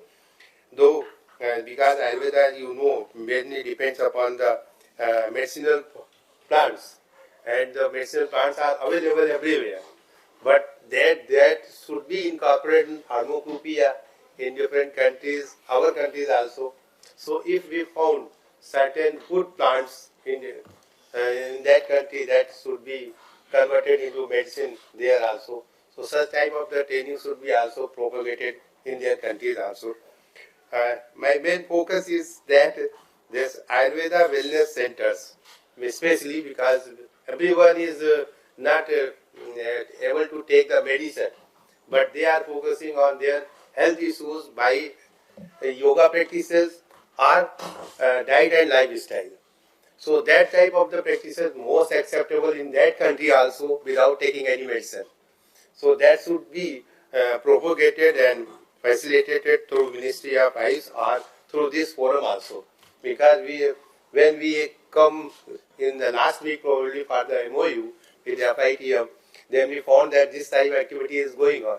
So I have already prepared a team for this particular dealing of this type of the situation, so that we can give more and more to our country and to other countries too also.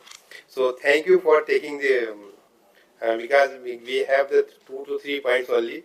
So thank you for giving the chance to say something. Thank you very much. Thank you so much, sir. This is my initial meeting, so I have not prepared so much. Thank you, Professor.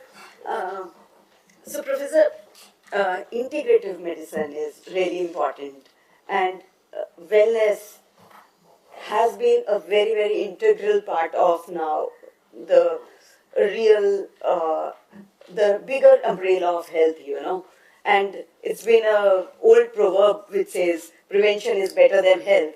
And the indigenous practices of India and global south countries need to be integrated now in the real health system.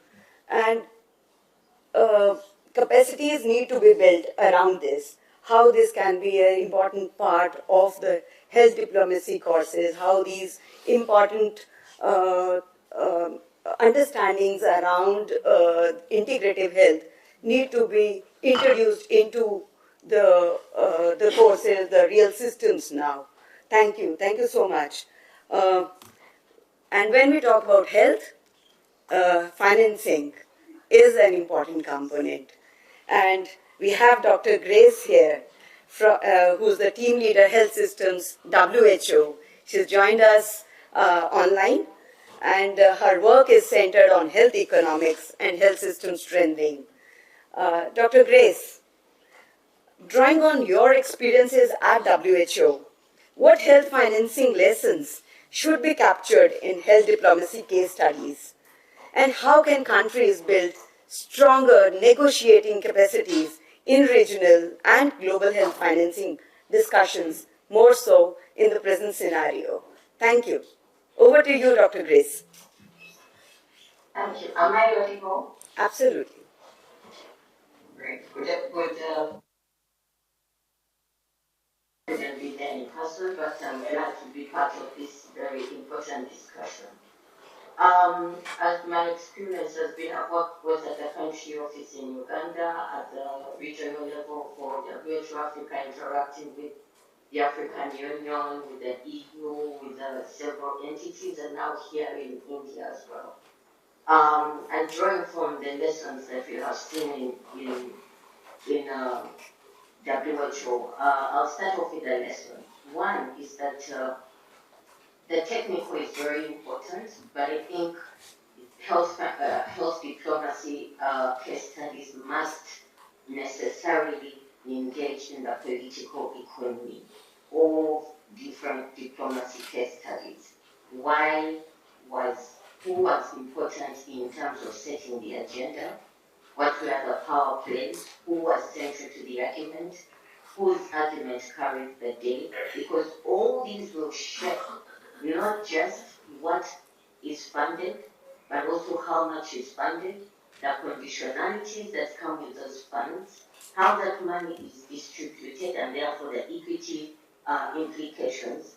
And so it's very important that case studies, especially as we are looking to entrench these capacities, across different levels should go into the power structures, the bargaining techniques. We see more that where you have a lot of coalitions or collective bargaining coming in, as we are seeing within the pandemic treaty, there is strength in numbers. And so where the case studies can highlight, for instance, instances of collective bargaining and what that has resulted in versus where maybe there's been bilateral bargaining and the power imbalances there, that would be good. The second thing that I want to talk about is again the type of financing instruments. Not every financing instrument is the same, and they will all have different effects in terms of the equity implications, in terms of the flexibilities that come with them, in terms of the fiscal risk that is carried by different parties, the accountabilities and all which will affect health outcomes, whether you're looking at universal health coverage, emergency preparedness, health, climate, health, and the like. And so the type of financing instruments matters. And we are seeing more that there is a move from the traditional instruments towards newer instruments like the blended financing, the debt swaps, things like the advanced market commitments. So how do the case studies, one compare and contrast these, bring out the effects of these case studies in terms of the priorities that are of importance at the national level, as Dr. Weiler was alluding to earlier on. And then the other thing that I would say that is that the role of domestic resource mobilization, even as local discussions are happening, what is the part of co-financing from governments, particularly for the low-middle income countries, the reason being that it tends to bode better for sustainability.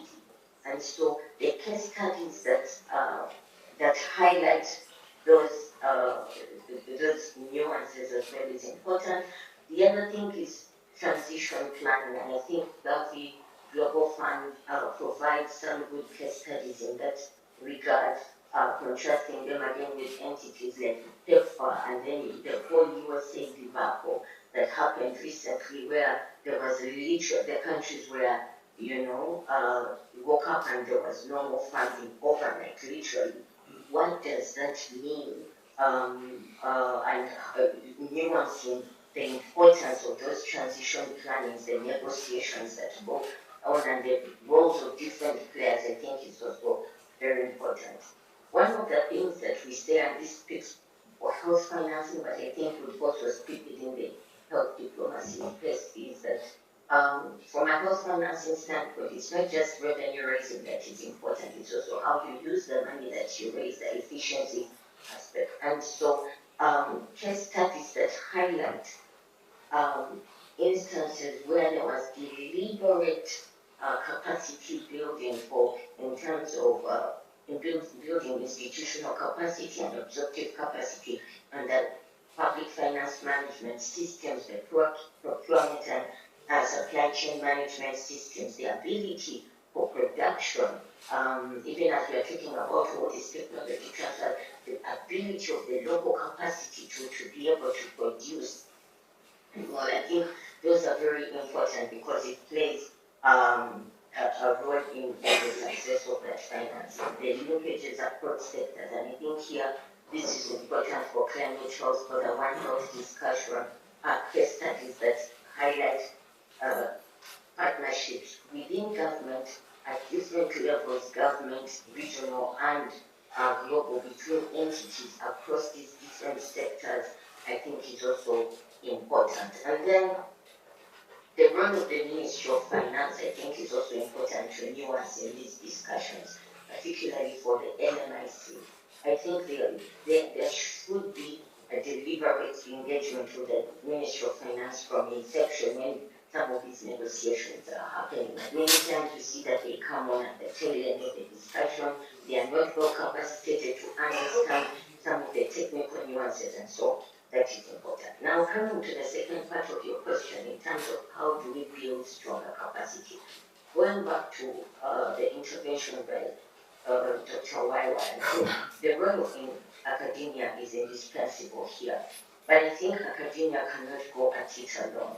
I think you need to work with the practitioners in order to make the case studies, the capacities learned. Because these are people who are actually practicing and understand. I remember when I was doing my PhD, I came as a whole thing from a very academic thing, but in terms of actually the implementation and all, and then transitioning into WHO, I realized that the policy and there's a whole grade that exists between the pure technical aspects of academia and policy practice. And so how those two come together, I think it's important. So I think there should be a blend between academia and the policy practitioners. That is something that cannot be taken away. Institutionalizing within the curriculum trainings for diplomats in terms of the technical aspects, whether it's health financing, health in general, financing, I think is important. But also, and I speak as someone who came naturally from a technical background, the sort of skills on diplomacy for the technical experts are very warranted.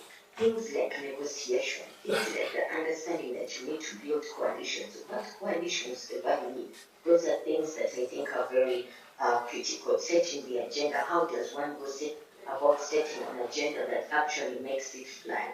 These are things that now we are beginning to confront with the nursing cadre in here to see how we can get them up there. So these are things that are very pertinent. Legal expertise, bringing that on board as well, both for international but also national law, I think is also important in some of this discussion. I think I'll stop there because I was given 67 minutes and even much over my time. I want to discuss it more. Thank you. Thank you, Dr. Grace. Thank you for sticking with the time and also mentioning that there are conditionalities around health financing, and there are case studies which clearly mention these, and how to navigate around these conditionalities through the proper case studies should be a part of probably the curriculum which we need to develop around health diplomacy. Also, what kind of a financing instrument needs to be used and how to efficiently utilize the resources should also be a part of the curriculum, and the case studies around this could really help the stakeholders there. The point well taken that academia should be feeding into the evidence-based policy making. Yes, it is well established and we need to move further with that. Thank you so much, Dr. Grace. Let me now move to Dr. Atul Kaushik, our very own visiting fellow RIS, who has a background in spanning from development cooperation, trade, development, intellectual property rights, public policy, governance. Professor Dr. Atul, my question to you is, as trade, intellectual property and public health becomes increasingly interconnected, what lessons from TRIPS related negotiations and access to medicine debates should inform future health diplomacy trainings and case study development? Over to you, Dr. Atul. Thank you, Monica, and thank you, Rajan, for convening this very interesting roundtable. I will go by some of the indications that have already come that can inform the way TRIPS negotiation would be a good case study to build upon in NIMS and by Dakshin. So I'll start with the context that Dr. Sanjay you set up by saying that we should look at what is happening, what needs to change, and what is it that we can build upon. So keeping that in mind, Isabel, you mentioned a very important point. Diplomacy is not enough. And you said that international cooperation and several other things have to be combined with diplomacy, health diplomacy. Now that makes health diplomacy or diplomacy in general a much larger canvas on which to work, and health gives a pointed instance of how this larger canvas is increasingly getting complicated. And therefore, we in the global south need to find innovative solutions that can help. Some of the solutions that have come from India, and UNDP is collaborating with India to spread in other countries in the global south, are good pointers. Then I go to some very important points Dr. Grace mentioned about in health diplomacy or in negotiations, who sets the agenda? That was her first question. Second was, who participates in these conversations? And third, whose argument carries the day? Now, the TRIPS case study is an example exactly of this process and this flow. To start with where TRIPS started, the seeds of TRIPS began in a developing country, in Punta del Este in Uruguay in 1986. But the TRIPS agreement came into force in 1995. And this process I am leaving out because of time limitations, but they should be a part of the eventual case study. And come straight to the issue that has been most talked about today, which is what happened during COVID and how various countries battled and some of them collaborated successfully in addressing some of the health-related challenges that we all faced in the developing countries. So when COVID happened, developing countries were the most affected in terms of both access to the vaccine and the diagnostic tools and equipment, as well as the cost that they need to bear to actually apply those instruments, those diagnostic tools, and give the vaccines, even if access is there. And keeping that in mind, developing countries thought that we need to talk about it in the WTO, in the context of the TRIPS agreement, because there are some companies which have patents on some of these vaccines, and they are not going to supply them to developing countries at affordable costs. And it started with two countries, India and South Africa. Traditionally, also during the erstwhile AIDS pandemic back in the 1990s, it was India and South Africa that initiated, along with Brazil later joining, the first flexibilities that were defined and also clarified of the TRIPS agreement in terms of compulsory licensing and other things. So India and South Africa, they gave a proposal in the WTO on the 2nd of October of 2020. And then they started talking to other developing countries, like-minded countries, who wanted to, who were facing the same problems, and they wanted them to understand that, they are brothers in arms on this issue, and they should join. But as I think Dr. Prajapati mentioned, the coherence between the health ministries and the external affairs or foreign ministries is not very well existing, at least in developing countries. It took time for them to understand the implications of joining and doing this, what Dr. Grace called as collective bargaining. As a consequence, let me give you some figures. 2nd October 2020, India and South Africa gave these proposals. Eswatini and Kenya joined on the 14th of that month. Pakistan on 19th of November, Mozambique on 15th of October, Bolivia on 7th of December, Venezuela on 14th of December, Mongolia on 16th of December, Zimbabwe on 28th of December. And then, the WTO committees had broken for winter vacations, and when they reconvened, COVID still existed. In fact, it had in 2021 become even more aggressive. So, what do we do in this situation? We had already more than a dozen countries in terms of collective bargaining, but that was not enough. And then came the response from those who did not want to accept the proposals that South Africa and India had put forth of giving additional flexibilities in the TRIPS agreement for making available the vaccines and diagnostic tools. It would be probably surprising for some of us that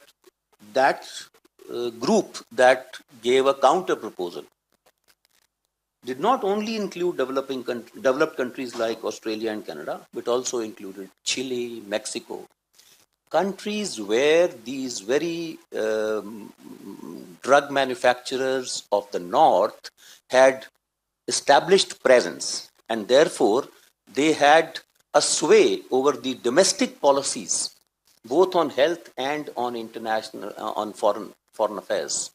And therefore they came up and they said, okay, we have some problems with your proposal and this is how it should work. I'll not get into details of that. We can put that in the case study.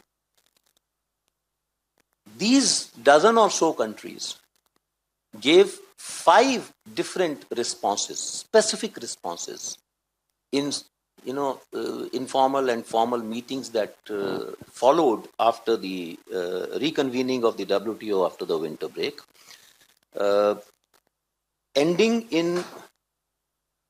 on 15th of January 2021 with completely addressing all the challenges that were pointed out by these 4 or 5 countries in their counter proposal. What happened after that? More countries joined the collective bargaining. So Egypt joined on the 18th of January. The Africa Group proposal was subsumed into the India-South Africa proposal on the 19th of February. LDC Group, collectively, all the 53 odd countries at that time, they joined on the 22nd of February, Maldives on the 15th of March, Fiji on the 23rd of April, Namibia on 28th of April, Vanuatu and Indonesia in May 2021, Jordan and Malaysia in May and August 2021. Until August, that is until after the winter break began in WTO, we had almost the entire developing world, the entire global south, batting for the original proposal of October 2020. But as Dr. Grace said, whose argument carries the day matters in the end. And in the end, what happened was we got a deal. But that deal had to wait for 2 things. One, it had to address the concerns of these manufacturers that you limit the flexibility to just the vaccines, not to the diagnostic tools. So countries like India then came forth, countries like Mexico and Brazil also came forth, and they supplied diagnostic tools to developing countries. But nevertheless, this was not built into the end product or the outcome that came. The second was it could not be achieved until the decision had to be escalated to the political level, which means we had to wait till the ministerial conference of the WTO, which was supposed to happen in 2020, but because of the pandemic, it did not happen and it had to be delayed. Kazakhstan was supposed to have it. They were not prepared in the pandemic era to have even a virtual conference. And as a consequence, the venue was shifted to Geneva and the date was shifted to June 2022 for the 12th Ministerial Conference. That is when we finally got a deal. So I think it's an excellent case study to demonstrate that health diplomacy for developing countries is always going to be an uphill task.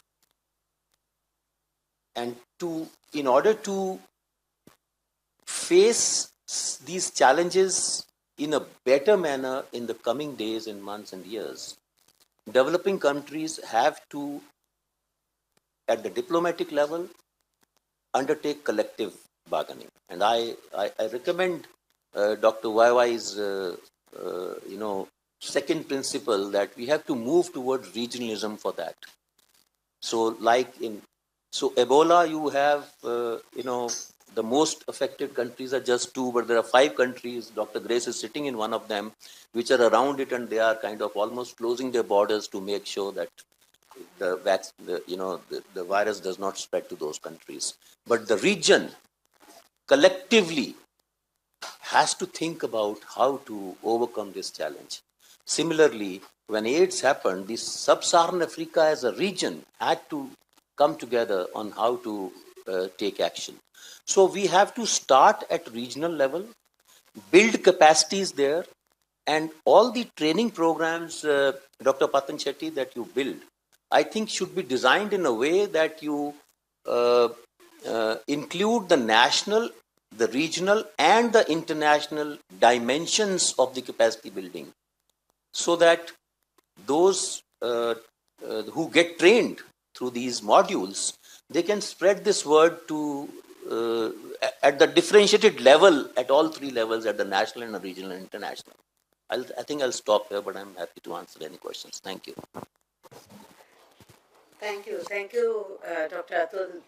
This was, kept me just on the toes. You spoke about the complete timelines, and I was thinking, while you were speaking about these timelines, and I was thinking how many lives were getting lost during that time period, while negotiations were happening. And if only, people were more, people knew more about these negotiations earlier, they knew more how to navigate through these complex situations even before this pandemic strike, would have been really helpful. And COVID is not one example of a pandemic. Another pandemic is looming right around the corner. And we need to build up capacities around health diplomacies sooner the better, I think. Yeah, thank you so much. And now I move to Mr. Kashish Aneja, Global Health Law and Policy Expert at Georgetown University O'Neill Institute for National and Global Health Law. My question to you, Mr. Kashish, is given the growing importance of trade and intellectual property in global health, what legal competencies should future health diplomats develop to effectively engage in these debates? Over to you, Kashish.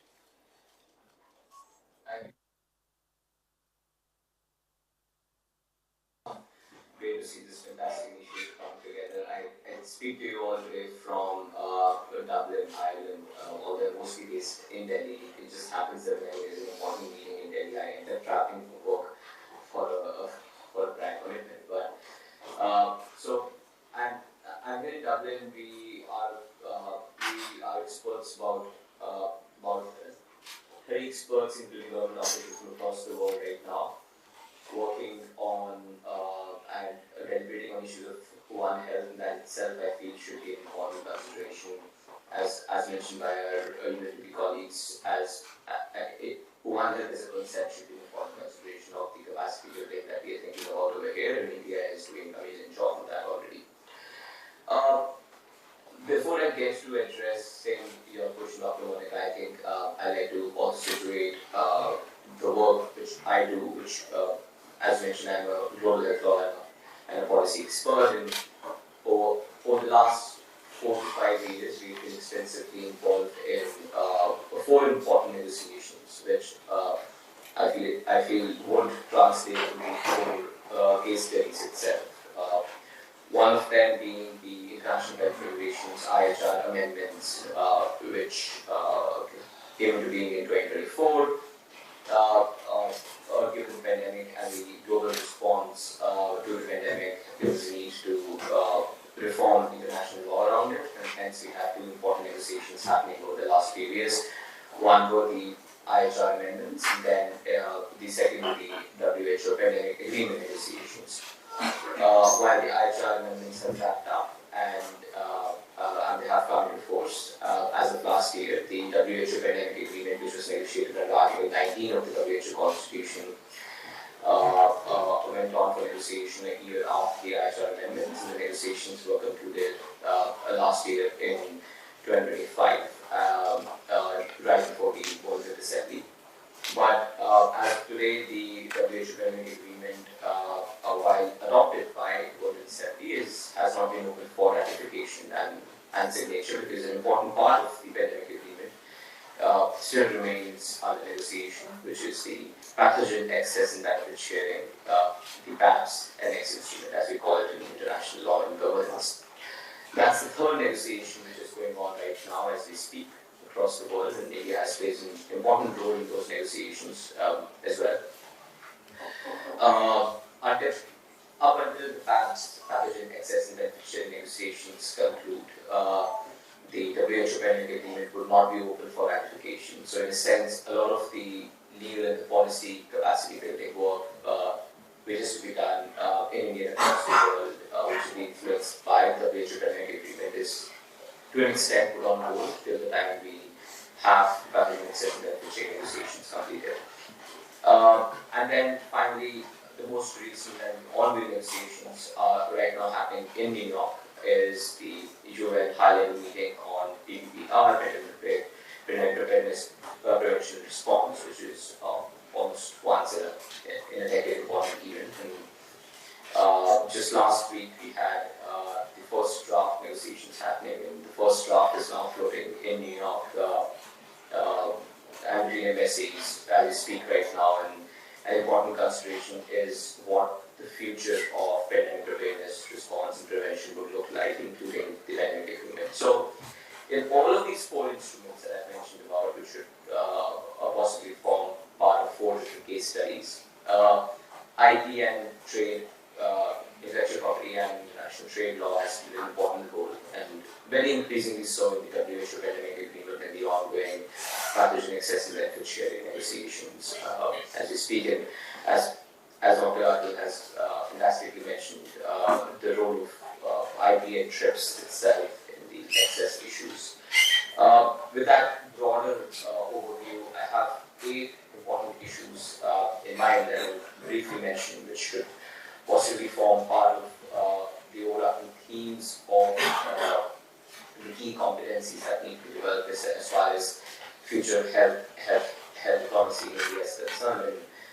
And to an extent, it may sound like we are training our diplomats to be lawyers, but the idea is, of course, not to replace lawyers, but the idea is that health diplomats should be able to speak a certain amount of language as far as law and regulation is concerned, and should be able to appropriately coordinate between technical experts, even where they do not meet. So one of the important considerations, first of all, is just picking up from Dr. Atul's comments, is on international economic law and trade governance. So it's important to have working knowledge of the global trade architecture, particularly everything that happens at the World Trade Organization. Dr. Atul mentioned about the TRIPS. The TRIPS waivers, were the overarching most important negotiations, which covered the COVID-19 pandemic, which, as Dr. Atul mentioned, was initiated by India and South Africa, and there's a bunch of people about the TRIPS waivers, because that may influence how future IP governance look like when there are future outbreaks.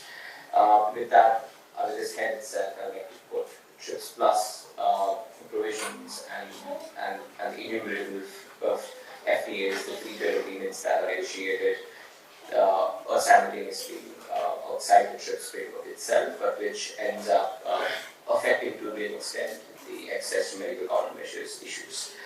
The second important framework, which is presented over here, would be IP and innovation governance. With the COVID-19, we've seen how IP can influence access issues. So overall understanding of patents, copyrights, trade secrets, but more importantly, technology transfer as a framework itself. And in the same breath, the licensing arrangements become extremely important, be it voluntary or compulsory licensing.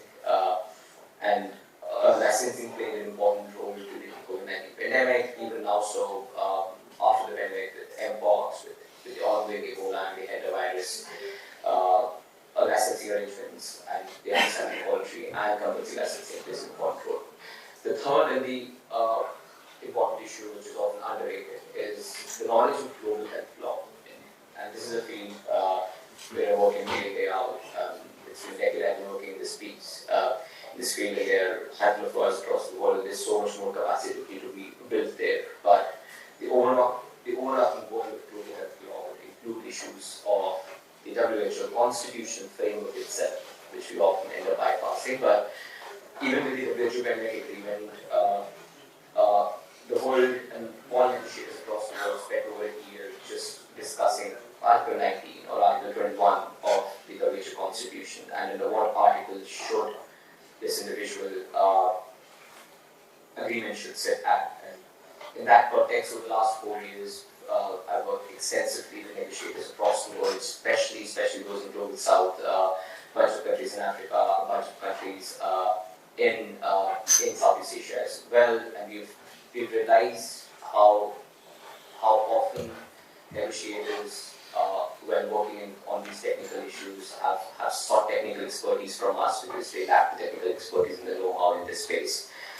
The fourth important issue would be developing capacity specifically on technology transfer and manufacturing governance. And this has been the most consequential legal debate which concerns manufacturing health technologies. And while India has been and is the pharmacy of the world and done an amazing job over the last decades, including the COVID-19 pandemic, with developing indigenous vaccines, not only supplying to ourselves, but also exporting a bunch across the world. There is still issues around developing newer technologies, around R&D, around developing technologies around mRNA, and that's where a tech transfer plays an important role.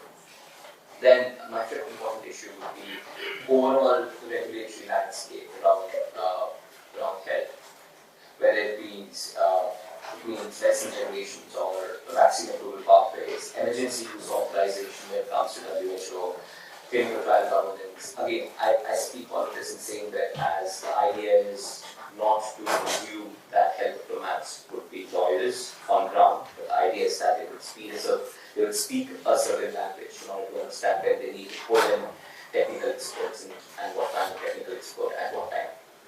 The sixth important issue would be digital data and biotechnology law. India has and is pioneering on the subject. We recently hosted the AI summit. So this covers issues around data governance, privacy and data protection, cross-border data sharing. I need to emphasize a lot on data sharing right now, especially with the ongoing pathogen access and benefit sharing negotiations. We recently hosted two interesting online sessions. The last one with negotiators from Brazil, Norway, and Malaysia, and we had extensive discussions around pathogen access and benefit sharing. We've also collaborated with Dr. Monica and the fantastic team on one of the first such online session on pathogen access and benefit sharing. Sorry to interrupt you, Mr. Kashish. Piloted law and policy translation. While we often, and this goes back to what Dr. mentioned, we've discussed that the focus should not only be domestic aspects, but also domestic, regional, and international aspect, and to be able to do a comparative understanding of these issues. As just like international law, pathogens and outbreaks don't work inside those pathogens, no politics, pathogens, no boundaries. Absolutely. They respect boundaries. So it's important to have a comparative understanding of laws and governance across issues. And finally, my last point goes to also to what Dr. Grace mentioned is having a capacity on treaty negotiation skills and legal interpretation. I spent 6 months last year at Harvard School on international negotiations, where we realized how we assume certain skill sets, whether be it with negotiators or even with lawyers, but until there is formal training and formal specialized subject matter training on those areas, we really don't know the efficiency of those skill sets. So with these 8 points, I think I'll wrap it up here, and I'm really looking forward to these discussions and also to the entire. Thank you, Mr. Aneja. Thank you. I'm sure the team is taking the notes, and by the end of this session, we'll have all these 8 points put in really comprehensively. Because of the paucity of time, let me rush to Major General Professor Atul Kotwalji, a distinguished scientist, chair at ICMR and formerly Executive Director, NHSRC, Ministry of Health and Family Welfare, Government of India. And very quickly, sir, I have a question for you. What lessons from COVID-19 vaccine distribution highlights the institutional capacities needed for successful health diplomacy in the global south? Over to you, sir. Okay. Thank you. Thanks for the invitation, Dr. Monica, Dr. Sanjay. I requested my name not to be included in any of the panel discussions because, firstly, I was supposed to be traveling. Likely that didn't this thing, so I think this is a more.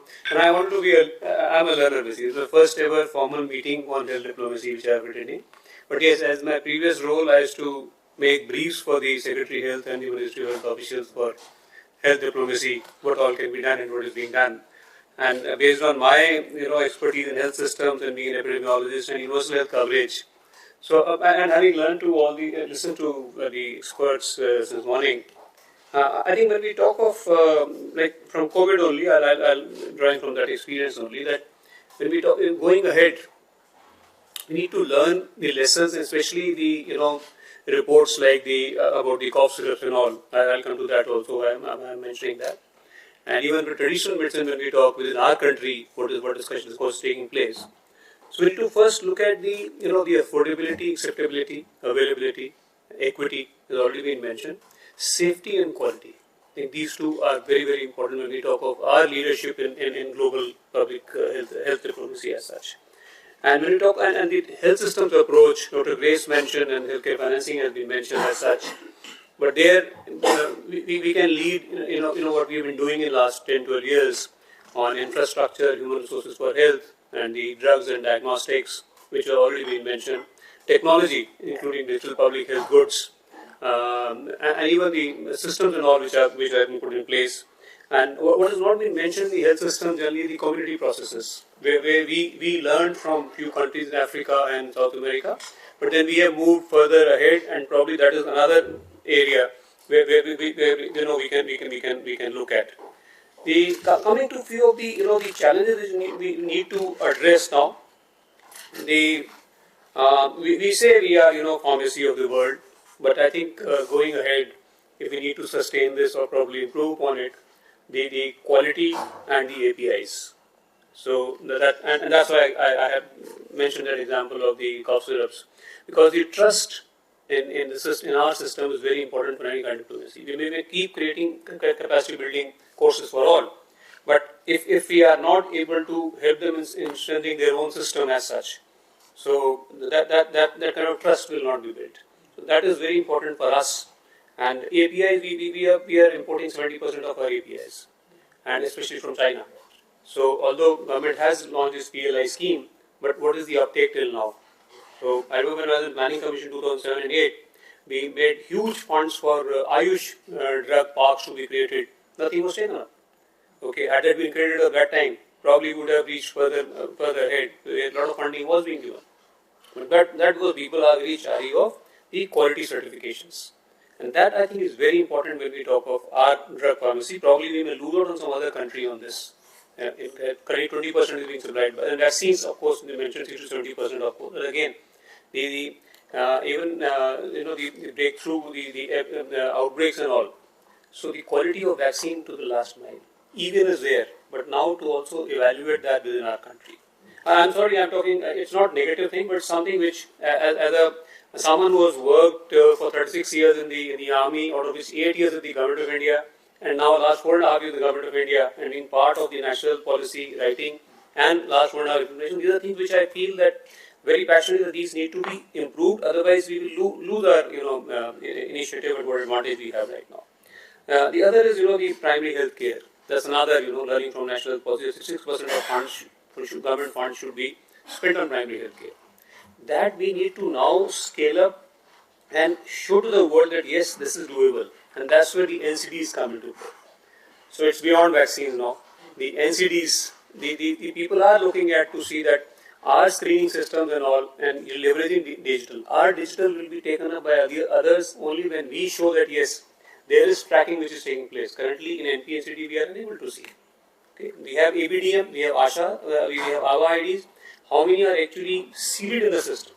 It's not let's not go at number of 86 million. It's how many are seeded in the system and how many people are being followed up. I think that's where we need to talk about the digital interventions. Capacity building, yes. Our own human resource for health capacity building. We have this, this Arogya Bharati, where African countries are being helped with the same. Having spent 3 years in Botswana, I know how different it is culturally to treat a patient from some other country. So that capacity building, I think, is also required of our own human HRH. Whether they go physically somewhere, which is heal by India, and that needs to be taken up more. Heal by India and heal in India. Heal in India, the medical tourism, so called in a proper way, is taken up to a certain extent. But heal by India, barring one or two few countries, that I think we need to look at when we talk of health diplomacy going ahead in the future. And that capacity building module I think need to be there. Coming to the technology and this thing, that's where again we can lead. And the MedTech Mitra is there by the ICMR, Niti Aayog and CDSU. Now Patent Mitra has been launched recently by DG ICMR a couple of weeks ago. That's where I think again part of the diplomacy, where other countries can also be brought to the embed. There, as mentioned by the Dean from Singapore, it has to be context specific and capacity building of those people, so that they strengthen the system and take over later on. So if they are part of these things from very beginning, it's not that the approach should not be having the patent approach that we will control. So it's their country, the other countries, if we get them from very beginning in this MedTech Mitra and Patent Mitra, so that whatever they are designing or developing or whatever they are amending based on our technology, they have those patents themselves. That's I think another way to see. Otherwise, the risk of the current geopolitical scenario. I'm not going to details of that. I think they are more experts on that. Other countries will have that kind of approach where we may lose out later on after the initial thing. Even for digital capacity building of their capacity building, it's not only they are utilizing our system, the Sanjeevani and Telemanas, their capacity building and the thing. And the domestic achievement, I'll repeat again, without that, it is very, very difficult. So domestic achievement, polio we showed. COVID we showed about the vaccines. Now again coming to the health system structuring, strengthening and achievement. We need to now let go of the regulatory hurdles, the APIs I already mentioned, geopolitical competition, how that can be linked at. And very happy, that you have, it's this year, the WHO's theme is also linked with that, together with science, together for health, stand with science. And as mentioned this morning that, no one is safe until everyone is. So that's where I think we need to become architects of health system. Not only technology and vaccines, look at the entire health system and add the seventh building block in addition to what WHO said about the community processes. That's again something which we can build upon. The last point, I know I've overtaken this thing. The climate change, AMR, One Health and all we talk about, yes. But we need to speed up. We have a blueprint which other countries are looking at. We have a blueprint for the entire primary health system and health system strengthening. But we need to speed up our progress on this, so that they look at it and it helps us in our health diplomacy. For capacity building, I've just mentioned, I'll just repeat here, which I wrote here while listening to everyone about digital health and all I've already mentioned. Case studies, healthcare financing, I think case study can be there from India also, with how the government has expenditure increased over the last 12, 13 years. Reduction in out-of-pocket expenditure. Even NSS 80th round is clearly shown. You see, we used to make the national accounts. We made projections. from 15-16 NSS 79 round, 80th round was done last year, in 2025. And those ratios are exactly fitted with the NSS findings. So the reduction there, that's the kind of case study which can be there for the other countries. That you don't need to spend excess like USA and all developed countries. We need to be targeting the LMICs and all. So even with lesser amount. Second is the quality. We have NABH and NQuas. These two excellent examples. NQuas for public health facilities, which is more of service oriented. Third, Indian public health standards. Again, contextually they can be made for the others, and capacity building can be done. How to assess the gaps and how to strengthen their own facilities in this. I think I'll stop here. Thank you very much for this opportunity. Thank you. I hope it's not a repetition of what was said earlier. Thank you. Absolutely not. Thank you so much, sir. Quality, standards, people-centric innovations and learnings. I think that should be the integral part of all the health diplomacy things and the learnings which we are talking about. Aptly put, sir. Let me now move to Mr. L.M. Singh, Managing Director, India and Global Head Partnership and Innovative Finance at Vital Strategies.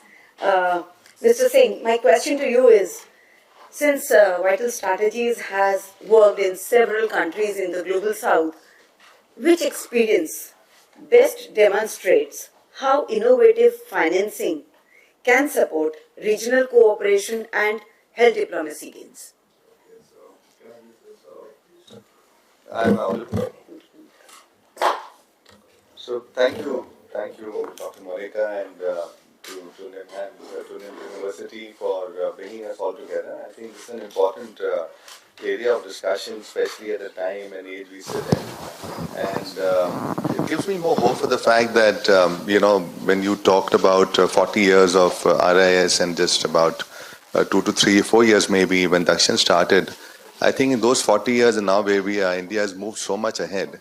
And it gives me a hell of a hope, being the son of the soil and seeing the world from wherever we've all experienced. My background for 20 plus years was mostly on the private sector, so maybe I'm a bit biased.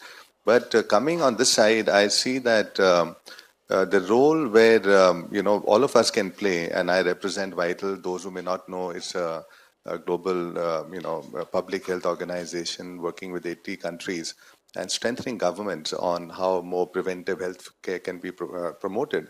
And one of the pillars for us is really data to evidence, and then evidence, how can that generate policy? So that's been one area where Vital has been working a lot. And the second is really on the awareness building in communities. And I think if we apply that lens, one of the key areas has been around NCDs. I think we all know NCDs, India at least has now started facing the triple burden with the lifestyle changes and so on. So many of these are preventable. And I think the question here, to your point, how can financing play a role? At a high level, I think we all know the challenge. I think the ODAs are reducing. Donors, we cannot be as a country dependent on donors. Some of us have moved ahead and some are still in that process. So I think there's a learning to be shared there. The second is that the need for local domestic mobilization. I think a lot has been spoken earlier. I won't repeat. Dr. Grace very well articulated the need for some of these health financing instruments. And, I can share those examples based on my early experience of setting up the first blended finance program in India. But a few quick highlights. One is that, innovative finance is really the science of blending public and private and de-risking. And they can be different instruments, whether you aggregate purchasing power, whether you de-risk models, whether you make them outcome-based, and we can share those examples with you. In the interest of time, I won't go into all of them. But 2 or 3 quick highlight points I'd like to highlight. One is around the case examples from the South. I think to my mind, the FCTC stands out as a good example where the Global South really led. Negotiations around the northern industries of tobacco and how the harmful effects of that. And there is science and evidence to show that, taxation is a triple win. Not only does it help you to mobilize local resources, but also it helps you to, reduce the burden on health systems. And, we all know the kind of challenges poorer countries go. So I think that could be a good example. At Vital, we've done work around the health taxes in different countries. Happy to share that example. we put together guides how countries can adopt those, for their own policy making. And I think to fight this, the NCD burden, and especially on the social detriments, whether it's tobacco, sugar, there are great examples of cooperation on sugar between Saudi Arabia and other countries, and on the tobacco side. So I clearly think the social detriments is an area we should look at, collective ability to bring regional players, reduce, all the smuggling which happens and the tariffs. So can we bring it to a level it can sustain domestic revenue mobilization and also reduce the burden? The second area which comes to my mind, looking at where India is this whole shift from data to, if I can say, artificial intelligence. We did a study based on our experience of different countries, rather at a high level. The report is called Foundations and Futures, and we looked at systems in the global south, the readiness of countries. And it became quite clear that the foundational elements are very important, right, in terms of where the data is coming, the governance, the capacity. I think in the global south, there is enough and more room for us to play a role. And India can certainly lead many of this. I think, given our talent pool here, given the experience and the kind of the infrastructural work India has done, starting from the DPIs, the digital payment infrastructure, and now moving towards the ABDMs and the others. So I think there is a good room for us to share those learnings and take it to the world, to build those foundational systems before we can rely. I think this can really play a big role going forward if those systems are there on areas like vaccination. Clearly, if you can link civil legislation systems to immunization, that's a good case study. The others could be also around looking at the learnings India can share around this whole thing through an exchange. At the recent WHA, we launched a learning platform called Pillars, which is largely on South-South, and I think I'll be happy to see how the government of India, Dakshin, NIMS, and all of us can play a role to build that capacity of different countries around that. And lastly, if I can add that, as I mentioned, Vital's work is a lot to do around capacity building at the different levels of different countries. This is one of our programs, flagship by Bloomberg, where we've been looking to build capacity of different governments to be able to look at data of health from the different government ministries to see that how can better policy decision be made. So perhaps there's a room to build capacity of different stakeholders. I think in health diplomacy, you're looking at different stakeholders, whether from the Ministry of Health, Ministry of Finance, and so on. So how can we bring all these stakeholders to build their capacity to be able to then negotiate at the global stage and make sure that Global South really is able to have its voice heard? I think, as I heard, be at the center of it rather than on the receiving side of when policies are made. And I'm not a diplomat, so I won't know how diplomacy works, but I do know evidence and data plays a big role. So if our learnings of data to evidence and such can be actually taken up, I think there'll be a great win. So I do believe lastly, as in, I think India has a great role to play. I think we've transitioned in the last 40 years. And as a leader in this region, we have to be able to bring all of us together and share our learnings and learn from each other. So I think those are areas which come to my mind. But thank you for inviting us, and I look forward to hearing you all. Thank you. Thank you so much, Mr. Singh. Points well taken, and let's collaborate. Now I move to Dr. Nida Faruqi, who's Program Lead, Strategic Alliances, Office of the Principal Secretary, Scientific Advisor to the Government of India. Dr. Nida, my question to you is, from your experience building strategic partnerships, what examples of cross-sectoral collaborations should be documented as health diplomacy case studies for the Global South? Over to you, Dr. Thank you. Thank you very much. And listening to all these conversations, I feel that Office of Principal Scientific Advisor has a lot of inputs to be put in here, because I represent Strategic Alliance Division. So in this, the major chunk of work that we do is creating an alliance between different stakeholders. So science and technology remains a pillar for us to work on. So having said that, innovation creates a built-up system for us to create a connectivity between stakeholders. So talking about government, talking about industry, talking about civil society organizations. So we create a pool of that for all the organizations to come in together and create a platform wherein we are dealing with the organizations or wherein we are dealing with the stakeholders at a micro level. So we do have interventions in the rural areas as well, wherein we are creating a micro lens to see how are these interventions reaching to the people. Because the ultimate goal is to ensure that all the interventions that we are planning on, all the innovations that we have dealt with are reaching on ground. So this is where the actual role comes in. This is where we have to actually ensure that this is a last mile connectivity that we are focusing on. So strategic alliance is actually creating that sort of a linkages between industry, between government in creating a last mile convergence for these ecosystem that we are developing.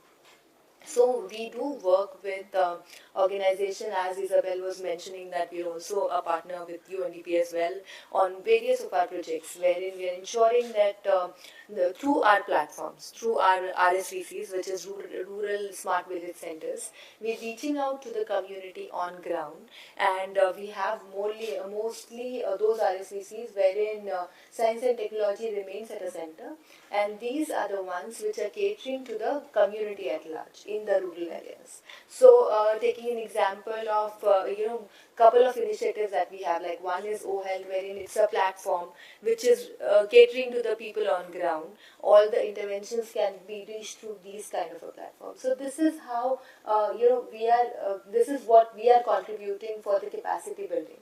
So with that, very quickly I can summarize that this is how we are intervening, and this is where we see a collaboration between all the stakeholders that we have. In fact, all the stakeholders that we have today as well on this platform. This can create a good synergy for us to take this learning forward, and this is something that we take it ahead, and we want to translate that into actionable goal for everyone around here. So this was a quick summary of what I think can create a great interlinkages for the strategic alliance for us as well. Thank you. Thank you, Dr. Nita. Since we are already running out of time, anybody else who in the room who has something important to say, any perspectives around what has been already discussed? And then we can move to the session 2. Anybody? One thing? Absolutely. I think I just for capacity building, I think we need to also add the capacity building for research, and for the discovery, for development, for descriptive and delivery, and that's where ICMR's role can be there, and especially now we look at implementation research also. That also could be capacity building for that. And so starting from the discovery onwards till delivery, IR, that capacity building of that could be another leadership point, another diplomacy point for all the countries, not only in the LMICs, even in the other countries also. Absolutely. Point well taken, sir. One quick thought, Yes. if I may. Yes, Listening to everyone, I was just thinking, as we speak of diplomacy, there are actually two pathways. One is the bilateral diplomacy, India with another country on something very specific. The other is broader diplomacy, as has been discussed, negotiations as part of, let's say, the pandemic treaty, or,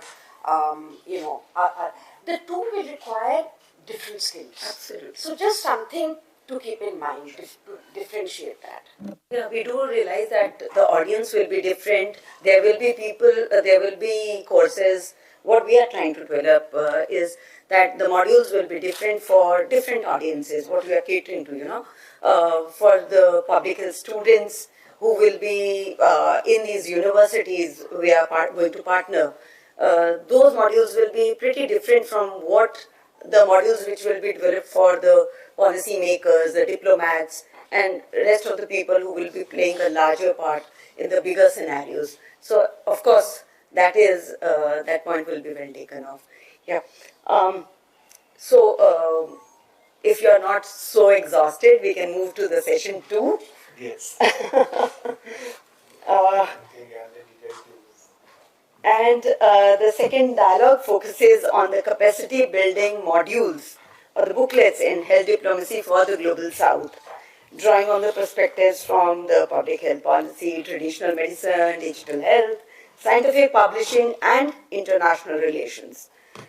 We have with us, joining online, Dr. Sovet, who is Senior Advisor on Global Health, Thailand's Ministry of Public Health, and he's a distinguished public health leader with extensive experience spanning rural health practice, health policy, regulations, health economics, and disease control, and a strong advocate for equitable, people-centered health systems. Dr. Suvit, my question to you is, what practical insights from Thailand's health diplomacy experience can help future practitioners bridge the world of public health and foreign policy? Over to you, Dr. Suvit. Thank you, Chair. Very brief answer. Practice, practice, and practice. Keep up with time. Negotiate to build trust. Okay.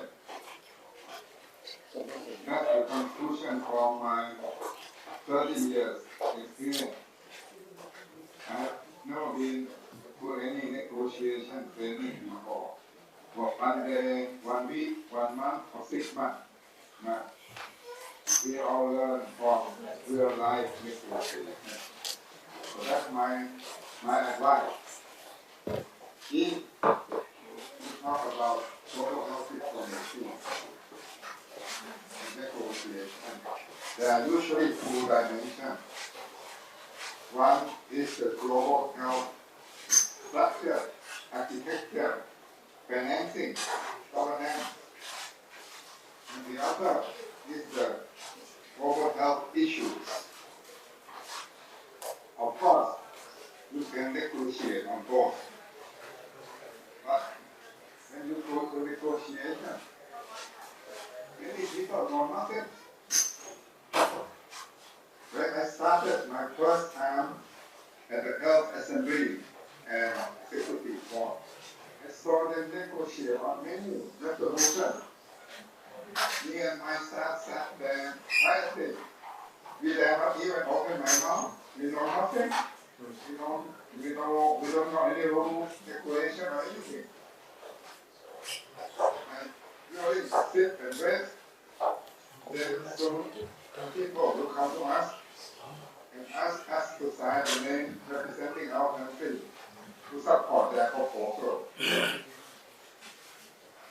And usually we look at them. If they are from the country that we know, we sign. If we don't know them, we do sign. That's all we can do. But after 30 years, now we can move on the agenda, do the agenda setting, draft a resolution, negotiate for resolution, even chair the negotiation. Not only in the World Health Assembly, regional committee, but executive board of the WHO, but in all other negotiation forums, including all what you have said. Vaccine technology transfer, price negotiation, flexibility, so on and so forth. This is not through one cost or long cost payments. It's through the real life experience. And we fully believe that only 10% of our skills, knowledge, come from classrooms. 20% come from observation and practical training. And the other 70% come from real life. At the International Health Quality Program Foundation, which is 35 years now, we established International Award Conference Ethics Institute to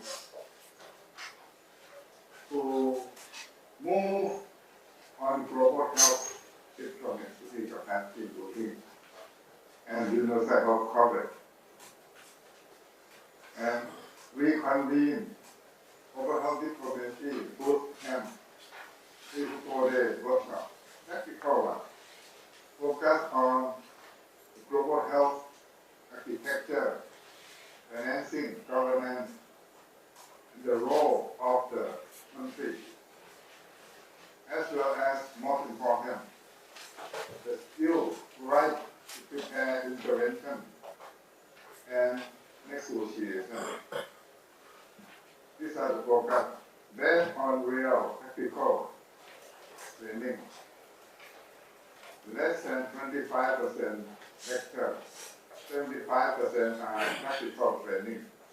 We develop case study. I am not sure you receive what I share. A one-page document on our next global health boot camp workshop.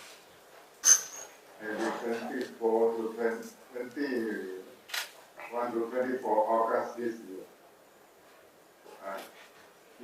We aim at both Thai and foreign banks. No registration fee. We provide food as well. But those who come from outside of the country pay for their travel and accommodation. Anyway, as in response to your question, academic institute, how much you can payroll? You can prepare a lot of role in capacity building. Capacity building includes individual training, practical training, including you can help them to institutionalize capacity building group in their own country or institute. Like us, we have established international health policy program. When we start at that time we called International Health Scholar program to train international health. In those days, the term global health is still not popular. Took years. So individual, no. And network, today is one of the great example of building network among academic institutes. When you negotiate, you need support from like-minded negotiators. And if you work long enough, if you build enough network, then you have more power in negotiation. Instead of you negotiate alone, there are a group of people like some of our colleagues mentioned, India, South Africa, and some other countries join in at the WTO negotiation for the pandemic, more trade flexibility at the time. While at the same time, the developed countries are using their trade power to have bilateral free trade agreement with developing countries, pushing them to accept trade flexibility. More and more countries give into them, and when enough countries give into them, they move to the WTO to get a final decision at the WTO, which will cover everyone. This is a tactic that they use all the time since the look right around of trade negotiation, even till now. So, developing countries, most of us are now lower or middle income countries. Few countries are least or low income countries nowadays. We have the capacity. We have enough capacity. We won't sit quiet anymore. If you go to the negotiation on the pandemic agreement, you see how strong the European countries negotiators are doing. And you see that most or many of them and from the diplomatic sector. They are diplomats. And this is the success of global health diplomacy. This means you bring diplomats to lead global health. You put health into the diplomat. Yes. At the same time, health sector people learn diplomacy from them.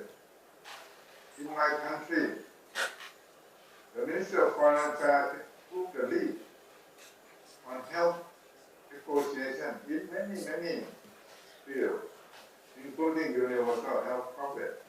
They are the ones who lead the UNGA universal health coverage negotiation. Since 2019, and again this year, they are the ones who put a resolution at the UNGA to have the International Day on Universal Health Coverage. So the success is not health sector to negotiate. The success is multi-sectoral negotiation. So in our country, we have a group we call International Trade and Health. And we work closely with Ministry of Foreign Affairs, Ministry of Commerce, NGO, academia, the industry, the Chamber of Commerce, all these related partners which meet regularly to understand what trade negotiation our governments are doing and how we can best protect our interests. So these are the stories that we can share. But anyway, I wish you all the luck, and I thank NIMS to start this network. We are discussing on documenting our 25 years experience of global health diplomacy capacity building in Thailand. Apart from annual global health diplomacy boot camp, we also support tailor-made requests from European countries. Last month, we did it in Bhutan, based on their request, based on their context, based on what they want. Now we've got contact from Bangladesh to do another one. They're in the process of discussing what they want. So our global health diplomacy workshop is not generic, it's tailor-made. Tailor-made to the demand of the country, of member states, of friends. When we were there, and when we are there, work with them, we learn a lot from them. Over to you, Madam Chair. Thank you, Dr. Sumit. Let me now move to Dr. Angkhana Likagul, Secretary General, International Health Policy Program Foundation, Ministry of Public Health, Thailand, whose work bridges on One Health, veterinary medicine, and sustainable development. My question to you, Doctor, is how can Thailand's experience in advancing One Health through multi-sectoral partnerships, policy coordination, and international cooperation inform a health diplomacy case study for the Global South? Over to you, Doctor. Is it there? Is Dr. Angkhana there? Madam Chair, I don't think Dr. Angkhana was informed about this. Okay.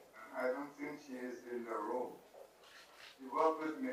I'm the vice chair of the IHPC Foundation, and she is the secretary. Indeed, she is the leader of One Health and antimicrobial resistance in Thailand. Right, sir. Whether she is Right, sir. inside or not, in the meeting or not. Noted, sir. This is what we want me to share with you.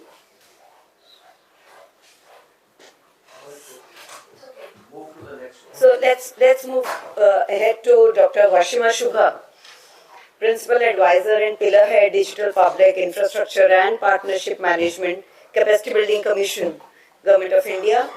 Dr. Washima, my question to you is, what capacities should countries prioritize to strengthen their engagement in regional and health diplomacy? And how can governments, academia, and international organizations work together to build these capacities at scale? Over to you, Dr. Washima. Thank you. Good afternoon, everyone. So after listening to the first very intense and domain-specific knowledge, I'm coming from a very structural point of view, agnostic of domain. And in that sense, I'm from Capacity Building Commission, and it was constituted in 2020 to look after Prime Minister's vision of how do we move from rule to role.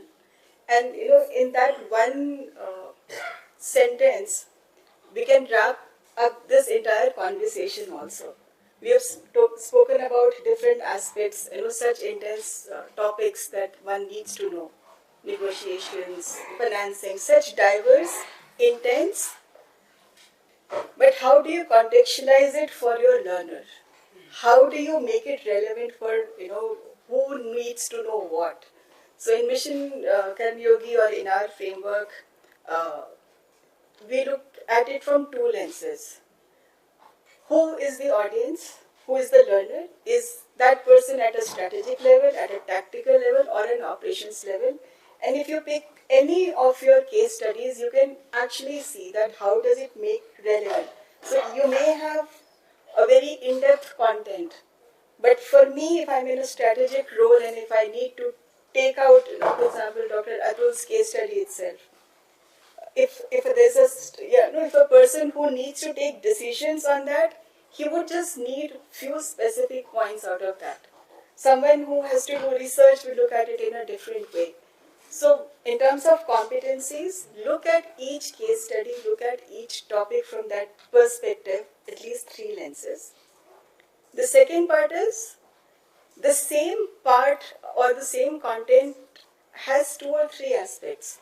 How is it leading to my behavioral competencies, negotiations, communications? How do I do conversations in a bilateral or in a global forum? Functional, procurement, legal, so how segregate your content in those lenses again. Behavioral, functional, and then domain, which is very core to, it's pandemic related, it's, whatever it pertains to. Then, are you building the capacity of an individual or an institution? What is your, so when you are doing the taxonomy of your content, of your case study, have these lenses to look at so that it is targeted. It helps a person in acquiring the knowledge that that person requires. And needless to say how AI and the DPI framework helps in that. AI in today's age, it can convert your PDF into any kind of content you want. So discovery, recommendation. Okay, so this is a PDF, it's a 100-page document. You can give these prompts and create those kind of things. So you need to know the structure, that how do I want to create my content. It should be able to give recommendation to a person that, hey, if you are looking at financing, then these are 2 other things that you should study or learn while you are doing this. And agnostic of country, agnostic of forums, it applies to all. So recommendation, breaking your module, again, bite size, long size, so that it's consumable, and now you can actually, you can reach very specific content within a document if you just want to look at one clause. So as, as senior officers, as practitioners, we don't need to memorize things. And that should not be the idea of case study or modules anymore, that did you memorize or did you learn? It should be, did it help you when you needed it? So, I'll just talk about these principles and we can have more in-depth discussion around that. And there's been a lot of discussion around pandemic and, how one could, and the frontline workers, the importance of them. And professor from Singapore actually spoke about sovereignty and subsidiarity, which in our words means federalism, which we anyway practice.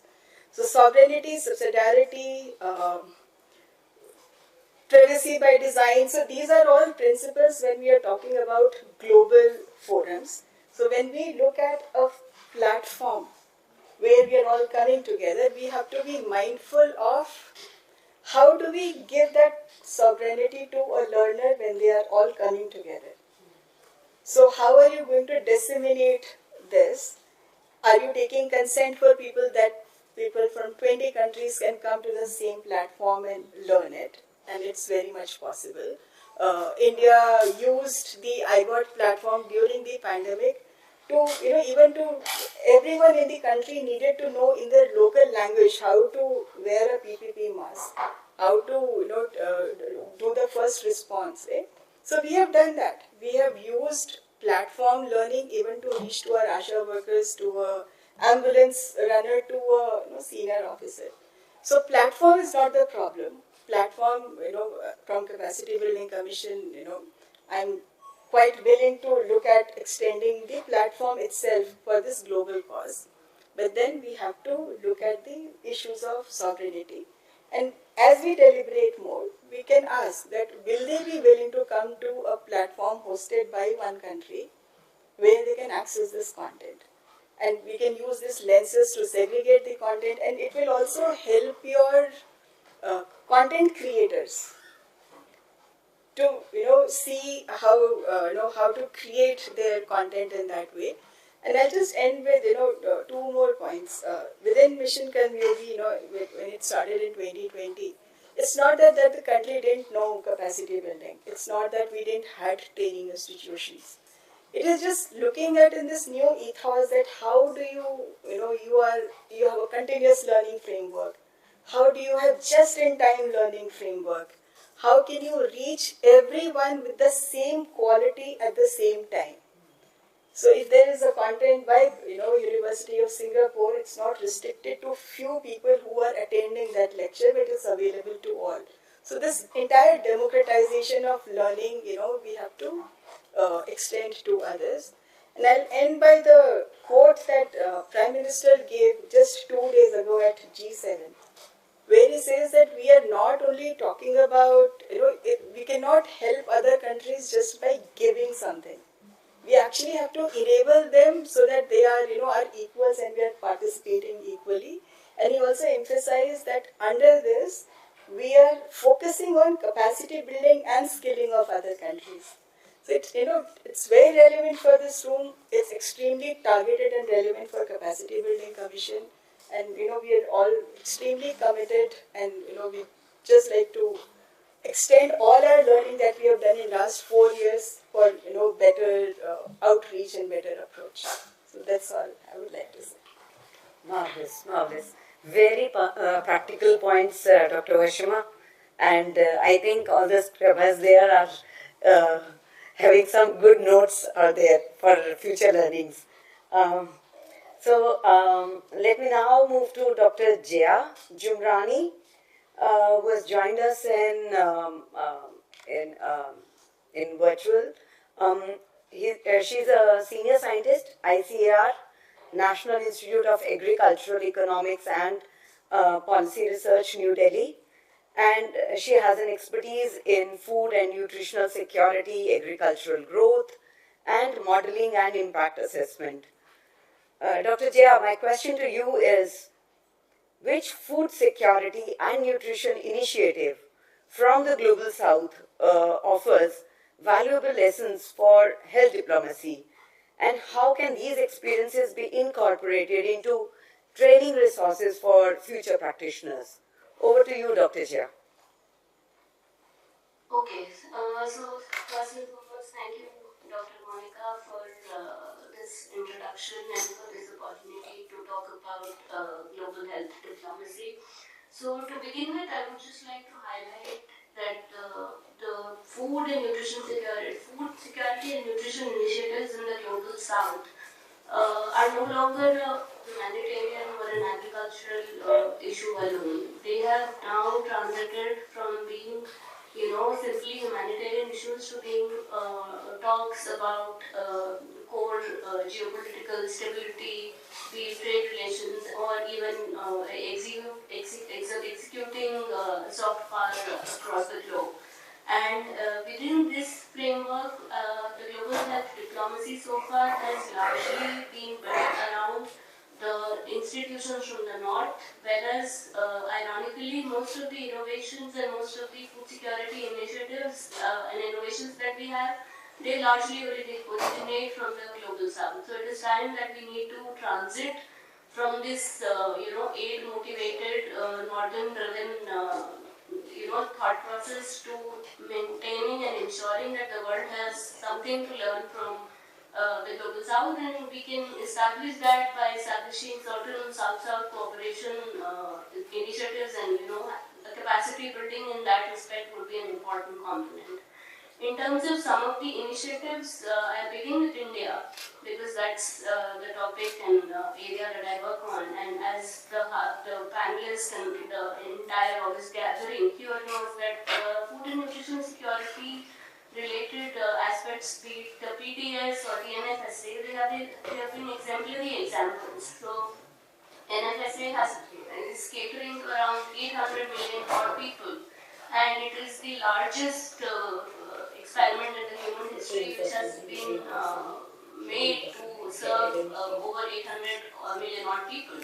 And then, these have been possible with a lot of new advancements and technologies. So the DPI's infrastructure, so the digital public infrastructure that India has showcased, it's an example in point which the other countries can, take note of. So be it the electronic point of sale system of grain distribution or the digital tracker that we have for tracking the nutritional status among the Poshan Abhiyan. So that would be another aspect that the other countries can look at. Then another example would be the Brazil's famous Zero Hunger program, which they have, which has around 80 action points, and it has been a success story wherein it's an inter-ministerial joint effort wherein across different ministries they had a program, and that program has led to removal of Brazil from the UN hunger map, which is also a commendable effort. So we can also learn from Brazil's story. Then there are other countries such as Rwanda, Tanzania, and many sub-Saharan African countries which are having nutrition-sensitive interventions as well as multi-sectoral convergence programs with respect to nutrition-sensitive agriculture. In that respect, India also recently has ventured into a joint collaborative effort, which is, I'm sure you must be aware of. It's a inter-ministerial effort which is between the Indian Council of Agricultural Research and Indian Council of Medical Research. It's called SEHAT, which is Science-Based Excellence for Health for Transforming Agriculture, for having agricultural transformation. So wherein the idea is just to grow food which is more sensitive, which is more climate resilient, and to have different, we need to be future ready for all the challenges, and what we grow is what we eat, and that's how you have all these further health outcomes. Then Thailand is another point in case wherein they have a health and oil policy framework wherein they have enabled all their health as well as non-health actors to they make sure that they are talking about public health policies in the framework of their negotiations, the TRIPS or the WTO negotiations. They also take care of the taxation policies in place, which are also relevant because we are now facing a triple burden, so we also need to move beyond undernutrition and shifting our focus away from calories and more towards the broader nutrients that we have.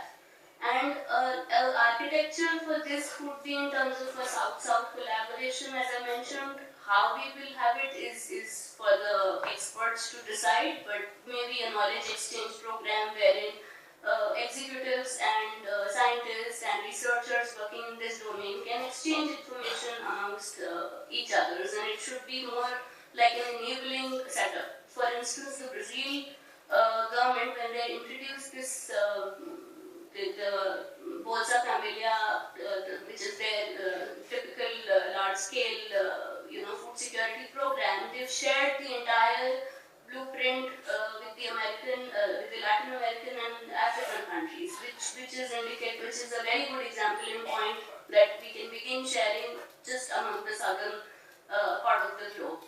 And then you can also have exchange programs wherein people share knowledge. More importantly, all these multilateral forums that we have, be it the G20, the BRICS, they all should begin with examples which are based out of the global south. The moderns as well as the practitioners should be representative enough from this part of the globe. So that would be a good starting point, and that has started to begin. Like this has already been initiated, but it will be a good thing to take it forward. Then what we learn from all these examples is that political will is a must. None of these programs would have been a success if there was no political will. Multi-sectorality of these intersectoral convergence is again a key theme which has come out of all these schemes. Then in addition to that, you have there is also a possibility. So for instance, in ICDS, it is the base has been broadened, but it's not equitably redistributed. So these are also certain things which we have to look in finer detail as to why there is some kind of a redistribution issue in ICDS, and these are issues which we can take it forward in these cross-learning, mutual learning exercises that we intend to take forward. And then instead of having just a blueprint which is going to be a one-size-fits-all for the global south, we have to make it a little more context-specific, because the food habits, the dietary patterns, and everything is different in our country, and we are talking about global south. Even within India, we have states such as UP which are a country in itself, so we can't have a one-size-fits-all blueprint. It should be flexible enough to be tweaked according to the country's needs and requirements. So the way to do this would be to have a blueprint which has both the models as well as the practitioners involved from the global south. There should be a proper documentation of all these policy documents which is like G20. Maybe we can have a knowledge exchange platform or a proper website for it. I mean, it's just thinking out aloud. I don't have a exact platform which can be created. Who will lead it? Which ministry will lead it? These are talks which we can have further. So the last bit that I would like to say is that Global South is no longer a dependent food policy basket wanting to receive food. We are capable and competent enough to serve food to others, and we've shown it in the past in terms of our community-led interventions, which are now getting reflected also in some of our nutritional outcomes. So I think it's time that South-South cooperation takes a lead in this global health diplomacy that we are aiming to achieve. Thank you. Over to you. Thank you, Dr. Jia. Thank you so much. Points well taken. I'm not able to hear you.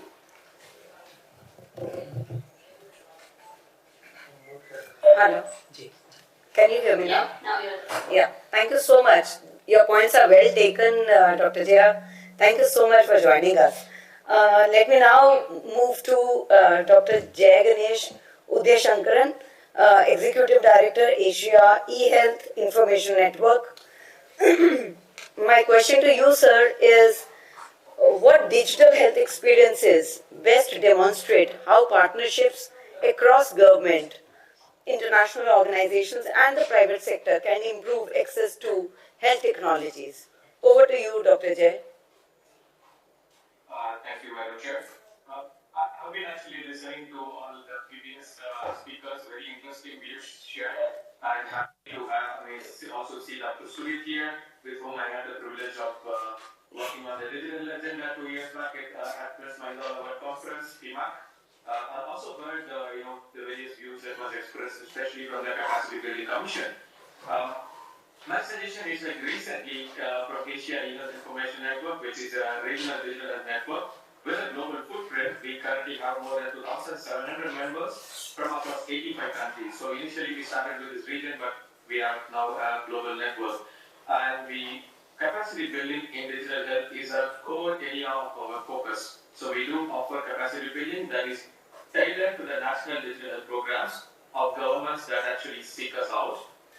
And then these happen over webinars, trainings that come with certification, without certification, and then also the knowledge exchange missions. Like previously, we have also worked with ASEAN and Japan, the government of Japan, to have, for example, digital health is a very broad topic. So we pick up a specific area which at least a group of countries show interest to learn from, and then we actually conduct this knowledge exchange mission where we go. We are able to take those government-nominated representatives from a group of countries to that particular country which actually has done it, can show us, and then exchange. So this has actually been helpful because, of course, we can document things, but the developments in digital health are happening in such a pace. Sometimes, by the time we document, it could be actually late. There are things that can be best learned by practice, like I think Dr. Sudhir has already mentioned about it. And knowledge exchange missions and having a very focused workshops actually are very helpful. I remember IHPP, which Dr. Sudhir mentioned. Recently, I think the IHPP team was also in JIPMER in India. And when we had our general meeting in Jakarta just a month ago on the topic investing in digital public infrastructure and responsible AI for health, we had over 18 countries joining us in that meeting. It was just like, when we had a lot of state governments, especially the directors of National Health Mission from several states, I think 6, 7 or 8 of the states in India had actually joined. Though the national level digital health initiatives like ABDM are kind of now well known in the global community, but I think what is done at the state level is still not visible. I think this is actually, health being a state subject, it will be good to actually have that kind of an exchange happening between the global south. Why I am saying this is very important is, like, for example, Indonesia, again, they follow something similar to India, right? Nepal has similar federal system. They look for such examples of how things happen, especially in digital health at the provincial or subnational level. So I think if we could actually put together, and then for capacity building, and then we as a network firmly believe capacity building is not a one-time work, it is a continuous process. So it is best that, like, if we can have identify broad areas that we agree between the countries of Global South who agree to be part of this consortium or whatever be the arrangement, which will come out of this exercise, and we form communities of practice and then connect those communities of practice so that, like, they can actually have the freedom to exchange. And then once they come up to a certain level, then we can see how between the governments we can ensure probably a knowledge exchange mission that can happen even via mutual visits. Like, for example, I can just give you one. When we visited Japan and then looked at, like, how the health system works there, we learned a lot about mother and child care, which, like, we feel that probably the countries in Global South could emulate. And we saw how remote areas where there are no doctors, how they are actually managed digitally. And then, but at the same time, we were also able to share the experiences and the expertise that we have. So we could have that kind of an exchange. It's not that, like, we have to learn from them. We do have many things that they can also learn from us. And then considering the Global South exchange, forming that identifying certain core areas to focus with, I think we can just start with 1 or 2. I can talk about digital, and from the network perspective, we'll be very happy to work together with everyone here, including the RIS, Dakshin, and the Capacity Building Commission. For example, like, I can easily relate to the digital health landscape in Thailand because we also Ministry of Public Health there.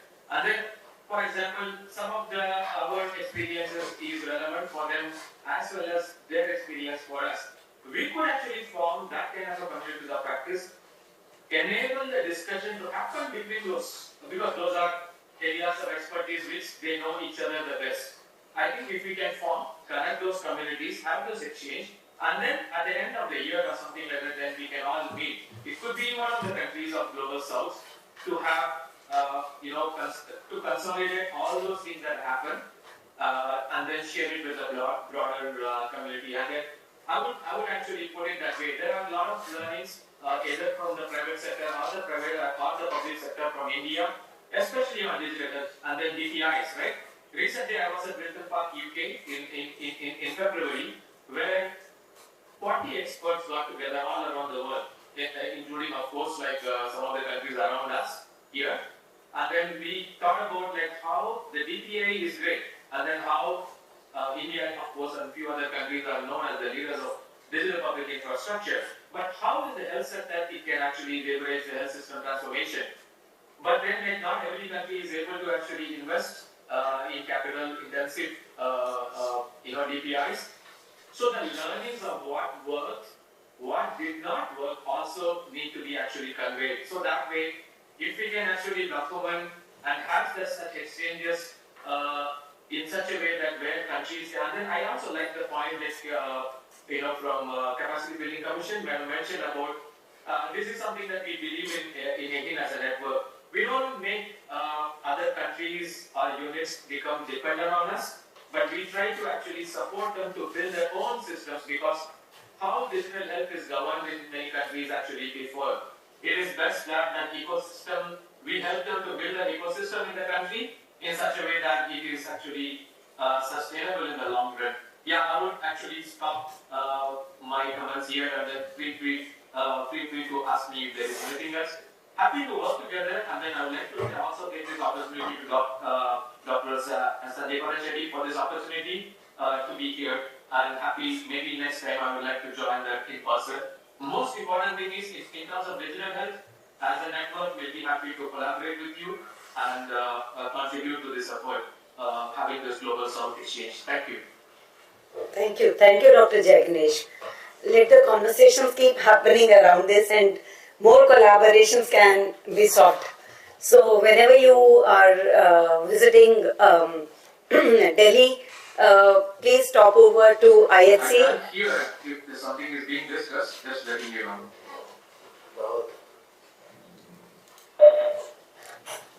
Thank you, Dr. Jagnesh.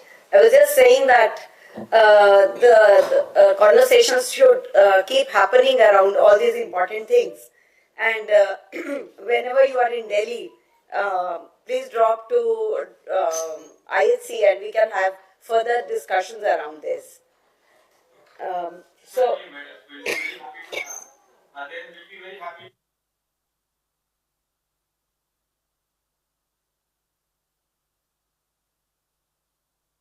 Also, because working at the digital, we also know what experiences and expertise that lies in other Global South countries that we can actually also learn from. We'll be happy to have that kind of contributions to this work. Thank you. absolutely. That would be really handy. Now let me move to Dr. Sareen NS.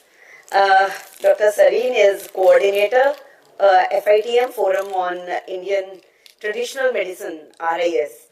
And your work centers on traditional medicine, health systems, and policy research. Dr. Sareen, a very specific question to you. What lessons can be drawn from countries that have successfully advanced traditional medicine through health diplomacy while safeguarding traditional knowledge? And where do you see the greatest opportunities for future collaborations? Over to you, Dr. Sareen. Thank you, Dr. Monica.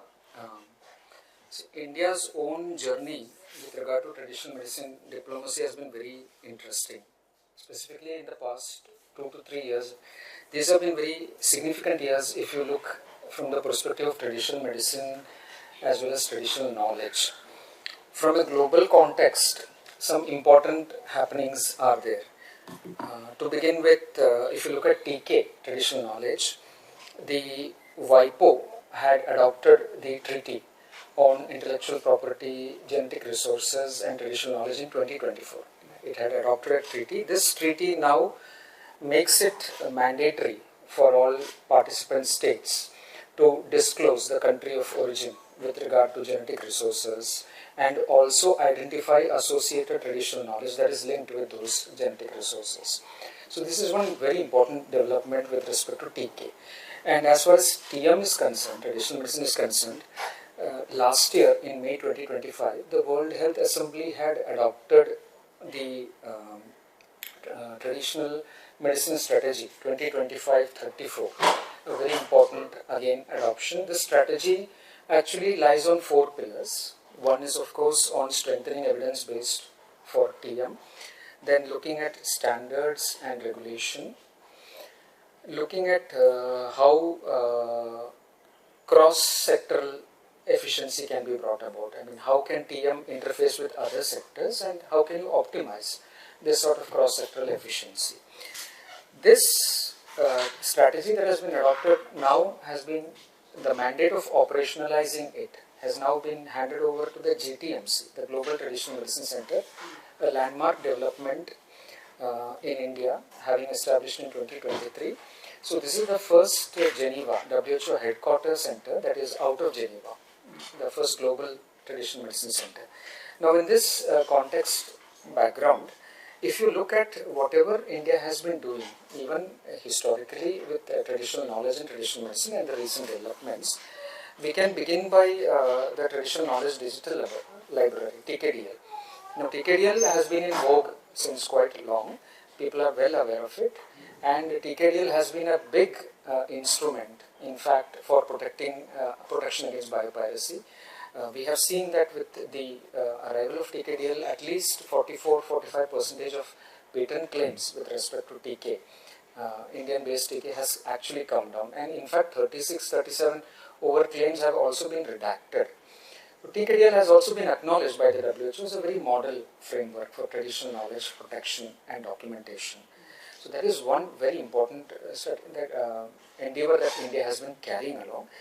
Apart from that, recently last year, what has happened is 2 developments. One, with the International Classification of Diseases, the 11th revision, ICD-11, there has been the inclusion, a chapter on Ayurveda, Siddha and Unani morbidity codes into the ICD-11. So this has given a basis for global capturing of cases that come to points of contact with traditional medicine practices across a standardization with respect to these disciplines. Also, there is a chapter on traditional medicine that has been included in the International Classification of Health Interventions, ICHI. So that again is a very important development at the global stage for TM, pushed by India. Beyond that, we have India has actually taken the lead in constituting a strategic, technical and advisory group. It's called the STAG group for traditional medicine. This group, in fact, is going to oversee the implementation of the traditional medicine global strategy roadmap 2534. Then we have also, from a global trade perspective, we have seen the inclusion of traditional medicine within bilateral FTAs. So some important examples are the India-Oman FTA, which came out in November, and the India-New Zealand FTA, which came out in December. Even the India-EU trade agreement, which was announced by Prime Minister Modi last year, has a very extensive dedicated section on TM.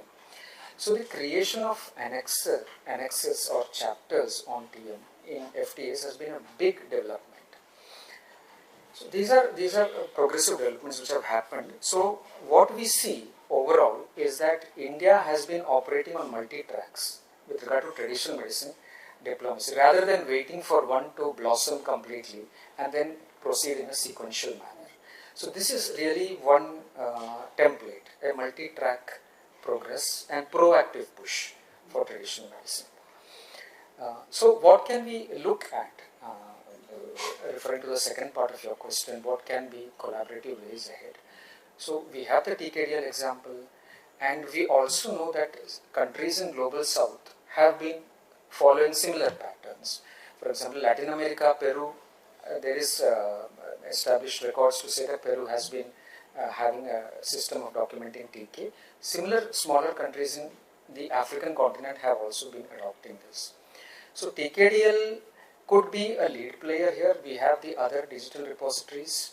One way is to have a global south network of these digital repositories. We already have a traditional medicine global library that was announced by the PM in December, which tries to connect global resources of traditional medicine across available resources. TKDL network again is a very important thing that can be proposed for the global south specifically. Secondly, we have seen the example of these FTAs. So the next level could be regional agreements wherein TM could have a place. If you take global south, we have regional groupings. We have ASEAN, we have BIMSTEC, we have the African Free Trade Union. So these could be the platforms for embedding TM within agreements. And GTMC, which is there, it could truly also act as a potent global south hub for capacity building, for evidence creation, and for regulatory competency building. So this could be the apex point wherein all these activities could be configured and implemented. And finally, one important thing is that the pandemic, the lesson that the pandemic has taught us is that health systems are very vulnerable. Despite the best of technology advancements, despite the best of human resource capacity available, health systems are really vulnerable to massive shocks. So unless health systems are inclusive and integrative, it becomes very challenging for systems to weather such shocks. So in India's own case, the COVID-19 pandemic had seen state governments, specific state governments, actually promoting the interventions by TM, like Kerala, Tamil Nadu, West Bengal, Maharashtra. So evidence-based integration of TM into health systems is mandatory as a prelude to resilient health systems for pandemic preparedness. So these are my short observations here. I hand over back to you. Thank you very much. Thank you, Dr. Sari. Thank you. And on a lighter note, Sanjay, I feel that instead of naming this as a booklet, we should name it as a compendium or something larger, because this is too broad. And the more I dig into it, the more we are digging into it, I am thinking like a booklet will not be the right word for that documentation which we are planning to bring forth. Yeah. In fact, I would say in the current context, every document is actually a living document. Yeah. So compendium is of the past. Booklet is something you created now. Yeah. Make it as a living document which lives in perpetuity. Absolutely. Absolutely. So, and the system which enables content upgradation, where there is version control, so that if someone is looking at an older version and the new one comes, they're alerted that something new has been added. So think digital. Absolutely. Now, Miss Sandhya Venkateshwaran, visiting a senior fellow, Center for Social and Economic Progress, New Delhi. Miss Sandhya, question to you. How can health diplomacy training resources integrate climate and sustainability considerations while promoting interdisciplinary approaches to addressing complex health challenges? Thank you. And that's quite a loaded question actually, but I'm gonna make 3 quick points, also in the interest of time, so be very brief. But before that, I want to say that you introduced me as CSEP. CSEP, about a year and a half back, created a regional collective, a platform for countries across South and Southeast Asia. And we are focusing on some issues, and one of them is actually exactly this. The whole space of health diplomacy, and how do countries in South and Southeast Asia engage with the institutions of global health governance as well as those of regional health governance, and to what extent are these institutions actually addressing their needs? And how can voice be mobilized across this region? So the points that I'm going to very quickly talk about are coming from our interactions with these countries and a few roundtables that we've been having with countries in South and Southeast Asia. Now, there are three really sort of sub-questions to this. One is, who should be doing this diplomacy? The second is, what specifically within that? And the third may be how. That's just to simplify what I'm going to say. So in terms of who, one of the points that emerged was that typically in countries, the ministries of health only understand health. Ministries of external affairs understand foreign policy. Ministries of environment, to your question, understand climate. Where is the intersection of these? And it's very difficult to find the intersection of these. So could a new cadre be created? At a philosophical and ideal level, yes, but obviously that's not a solution. There's a dearth of human resources, etc., etc. I mean, we all know that creation of a new cadre is not an option. So how does one bring these different skills and knowledge repositories together? Can a group be created which has people from each of these, right? So to talk very specifically to the question of climate and health and diplomacy, a group that has people from each of these ministries, they work together. In a sense, it speaks to what Dr. Suvit had said, that we've never been through training programs, we've just worked together, right? So when people from different expertise come together and work together, that training happens automatically. So what does that require? What does it require to enable these people to come together, invest their time, and actually work on this seriously? At the very start, there has to be an understanding of the links between, I would have said, health and the economy, health and political advancement, but now to your question, human health and climate health, and the contribution of those two to economic health, right? We know is at some level there is a fair amount of discourse, but how deeply embedded in that? So I wonder if the training programs that we're talking about could bring that in a very strong manner. Because in many countries, health is still seen as a welfare good, right? How do we see health beyond being it's very important as a welfare good. I'm not saying that that's not important. How do we see health also as an economic good, as a political good, and climate as a health good, and therefore as a economic good, etc. So that viewpoint has to be changed. How can that be done? I mean, what would that entail?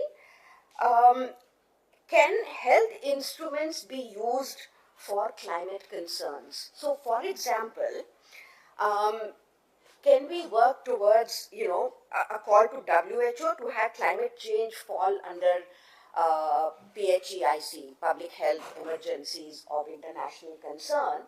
So look at climate change as a public health emergency. Right now, that doesn't really happen that much. I mean, there's discussion on it. The flip side of that is, can health diplomats, not that there's a category called health diplomats, can they be part of climate negotiations or on the issues related to climate? So, for example, negotiations on waste, on plastics, on water, on fossil fuels. All of these has implications for health. How do we bring the health diplomats or negotiators into some of these negotiations? So the point I'm trying to make is that training programs are very important, but rather than just have a case study or whatever, actually bring these people together and have them be part of, climate people be part of health negotiations, health people be part of climate negotiation, and of course the actual negotiator, the foreign policy negotiators be part of it. And some countries are doing this. Some countries are doing this. my last point is how, goes back to, are we looking at diplomacy as bilateral, or are we looking at diplomacy as a kind of a regional voice, which was spoken of, I think I spoke of that to some extent, and perhaps others as well. So can there be regional, I mean, bilateral will happen between countries, but where we're talking of at a regional level, can there be regional representation for issues that actually transcend boundaries? And there are enough, right? And especially if we are talking of climate and health, they do transcend boundaries. They're not limited to national boundaries. So it would be useful to see how a training module can be created around that. And perhaps, and this is a tricky thing I'm going to say, given that some countries have lower capacity levels, some countries are a little more advanced in terms of their diplomacy, could there be country leads who are representing a region, right? So let's say in South Asia, could India represent other countries for XYZ? Digital health is something that's been talked about, but other issues. And that will also strengthen the diplomatic capacity because it is mobilizing voice. It is not just one country doing it. It is bringing the region together or a subset of the region, so it could offer the potential to strengthen that voice. And my last point, although I said only 3, is in terms of more research. As we had country roundtables, they talked about their constrained ability for diplomacy in the absence of adequate and strong research at the country level. So I'll stop there. Thank you. Very pertinent points, Ms. Sandhya. Very well taken. We can have more discussions around this, maybe after this or maybe some other day. Yeah, sure. Let me now move to Ms. Lakshmi Ramakrishnan, Associate Fellow, ORF, New Delhi. And Ms. Lakshmi, my question to you is, how can health diplomacy resources better prepare policymakers and practitioners to address health challenges in an increasingly complex geopolitical environment? Please be a little brief. We have 2 more people in line for their comments, and we are really running short on time. I'm so sorry about this. Yeah. Thank you very much for inviting me to take part in this consultation. So, just first of all, because the question is on geopolitics, because we're in the midst of ongoing wars, ongoing conflicts all around the world, it essentially points to a scenario in which there is a failure of diplomacy. And if you look at IR theory, international relations theory, if you look at the core diplomacy textbook that everyone talks of, it is Sun Tzu's Art of War. And in the opening chapter, what he mentions is that wherever possible, victory should be achieved through diplomacy. And I think it is essentially a failure of diplomacy that we're having all these conflicts, all these wars going on. And for global health, we know that cooperation is the only trusted aspect that can actually ensure that the health of the population can be protected. And ultimately, that's everything that we desire.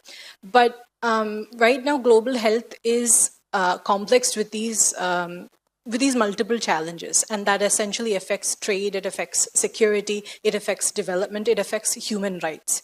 And as conversations about deglobalization are also occurring, I think we have to make sure that global health diplomacy actually comes back onto the world stage, because a lot of changes have occurred, especially last year with US President Trump taking over the presidency, the US withdrawal from the WHO, the financing cuts, etc., and of course the emergence of different kinds of diseases.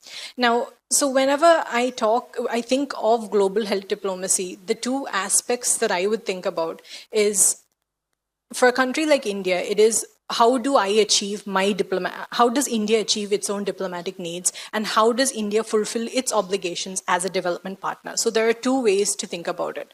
So for India to achieve its own its own needs, it has to look at its domestic policies. What exactly does the country need, and how can it achieve it? Now, just a brief example, India is undergoing a demographic transition. Its aging population is going to increase. So for that, we need to invest right now in R&D into longevity research. We are going to see an increase in the onset of age-related diseases. What is the science and technology that is needed? What are the medical innovations that are needed to address this? So that requires science cooperation. Global health diplomacy will naturally follow that. India can reach out to its partners to ensure that its population needs are met. That is one aspect. The second aspect is, as a development partner, how can I utilize whatever resources I have to help a country that is in need? So the year before last, Africa had an outbreak of Mpox. There weren't any vaccines available at that time that were that were approved by the WHO. Serum Institute of India partnered with Novavax to create an mRNA platform to deliver this need. So these are just a couple of examples in which diplomacy can be used in action. Now, if this is the kind of environment that is there for the practitioners, then how can they actually be better equipped? And I'll keep this very briefly. But if you look at practitioners who work in global health diplomacy, you'll find that most of them did not actually intend to enter into that field. Okay, so they may not actually be prepared. So pre-career preparation through global health diplomacy modules may not be the right way to go. But instead, we should be training them on the job, on negotiations, on how to leverage different capacities, and so that they are able to develop the right skills within their careers, and this will be effective. So when they walk into these complex multilateral negotiations, they need to be aware of what are the geopolitical pressures, what are the institutional policies, what is needed and what is not needed. And for that, it needs on-the-job skilling. They also need to have a fundamental understanding of the various health issues in that particular place. For example, if it's in the Democratic Republic of Congo, you need to understand what are the infectious diseases, what needs to be done.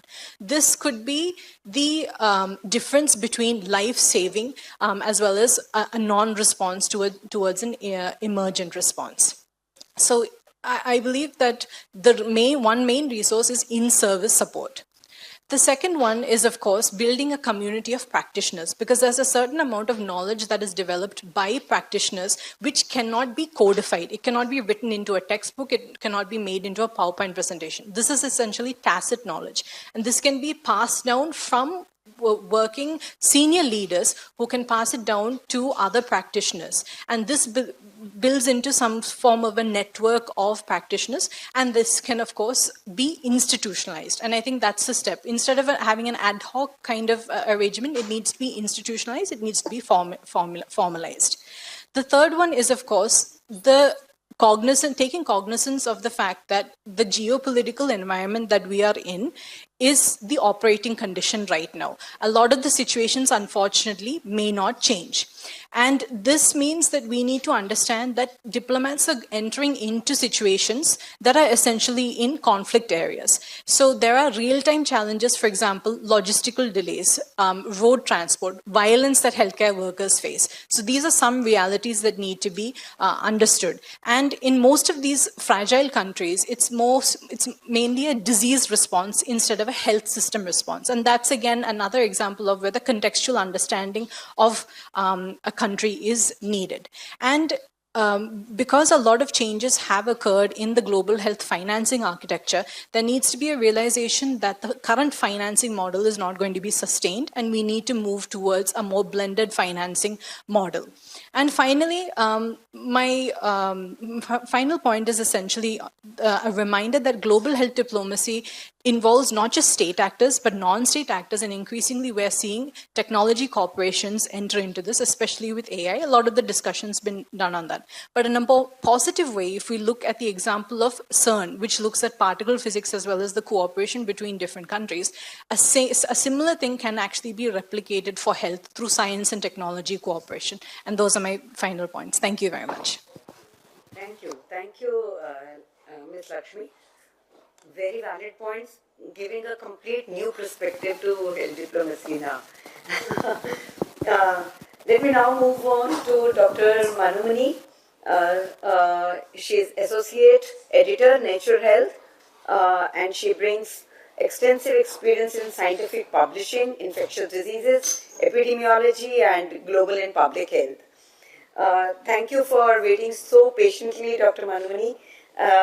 My question to you is, how can we ensure that the recommendations emerging from all these consultations are transformed into engaging and impactful knowledge products that reach beyond the health diplomacy community? Over to you, Dr. Manmani. Thank you so much, Dr. Monica. It's really a pleasure to be part of this discussion. So, Nisha Health is a new journal from Nisha portfolio that focuses on population health, global health, and public health research, prioritizing evidence from global south and global south studies. So, I handle epidemiology and public health section, and I often work with articles that are at the intersection of research, policy, and utility.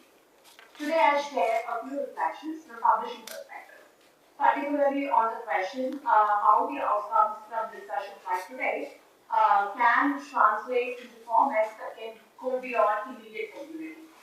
So why it is important? Because we need to make sure that these insights don't stay within these expert consultations, but actually travel outwards to influence thinking and practice beyond the experts. Of course, case studies and training modules are obviously important for expert training and for the multiple reasons that was put forward today. But I think the real value comes when the lessons travel beyond the original context. For very same reasons that many countries in the global south face similar challenges and resource constraints and policy implementation challenges. So we should think about how to translate the lessons from these case studies and also during the development of training modules into practical knowledges that can be adopted and informed across borders so that it is practiced in other global south settings as well. So from editorial and science communication perspective, we strongly emphasize the role of opinion to this process, such as commentaries, perspectives, and correspondence. The tone of these pieces are very, very simple. So what is the context? What is the challenge? And why is the challenge, for example, the implementation? And what can be done? This is so simple. So in practical terms, I can see the discussions from these consultations or outputs from these consultations leading into portfolio of articles highlighting different perspectives and different topics that were discussed today. For example, it could be a commentary, which is a short 2,000-word article, which can capture one strong overarching idea. We recently had a commentary article published on how to communicate health in catastrophic times, or how Brazil's community health workers inform primary care needs on the plan. Or it could also be a perspective piece that is long, forward-looking, action item-based document. For example, we had a perspective documenting the actionable recommendation that was decided in a WHO Southeast Asia regional meeting on NCD care. Or it could also be a corresponding style article, which is very short on a specific topic, like it could be on each of the case studies that we discussed today. Examples, for example, a cross-country initiative, successful lessons from Global South. And apart from that, it could also document challenges like lack of trust on local innovation that Professor Wyatt pointed out, or the need for knowledge for global health law and governance for health diplomats, like Tasha's movie, like outlined. So, in such opinion, is that overall, it is very important to document a different perspective that came from different stakeholders that echoed in this room today, because it's actually reflecting the complexity of this field and the implementation issues. Apart from the opinion pieces, we could also think about more structured evidence-based articles like mixed method analysis. So the mixed method analysis has an opportunity to capture real-world perspectives through key stakeholder interviews, focus group discussion, roundtable summaries like today, and along with grey literature review or wherever possible supporting data. So we, for example, we recently published this method analysis from Gates External study that's on the childbirth care provider education in Nepal, which showed the priorities to strengthen maternal and newborn health. Such qualitative and mixed method analysis is of key value because, as I said, it has the richness of lived experience plus the perspectives from the discussion.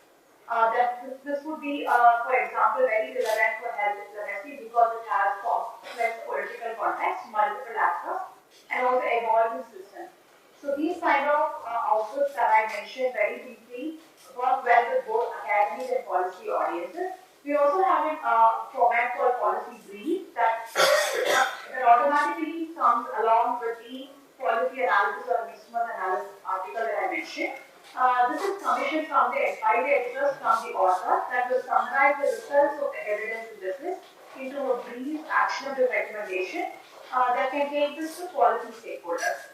So that in the point of making these can directly feed to decision making. So there are layers of articles like this, which allows the discussions like today to reach policy, academic, and practitioner audience in different ways. Finally, I would like to shortly comment on something that was already put forward here, but I would like to stress its importance. Who produces and participates in these outcomes is just as important as the output itself. So both the discussions today clearly highlighted the need to avoid reproducing existing imbalances in the global health knowledge system. So while producing these kind of articles or outputs, it's very important to ensure that the co-authorship comes across regions, from the regions where we are talking about issues are from, and the participation of practitioners, and also the leadership from Global South. Because it ultimately determines the credibility, ownership, and also uptake and implementation of these issues. So with this, I would like to wrap it up, and I'm happy to take any questions if there are, and also any pre-submission inquiries you have in the future. Yeah, thank you so much. Thank you, Dr. Manimani. This is really helpful, and I think, yeah, this is really helpful, Dr. Manimani, and I think me as well as Dr. Sanjay have loads of work now in hand, and in the coming few days we'll keep on disturbing you over multiple things. Thank you so much. Let me now move to Dr. Shalini Garg, Editor-in-Chief, The Lancet Regional Health, Southeast Asia, and her work covers public health, health promotion, epidemiology, chronic diseases, and multiple other things. Dr. Shalini, my question to you is, what approaches can make health diplomacy knowledge products more compelling, accessible, and impactful, and how should these communication skills be incorporated into training programs? Over to you, Dr. Shalini.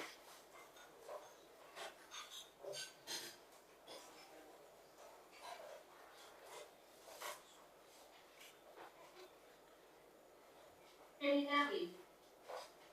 Yes. Yes, we can hear you, Dr. Shalini. Okay, thank you, Monica. Okay, so to begin with thanking hello? We can hear you. We can hear you. Okay, thank you.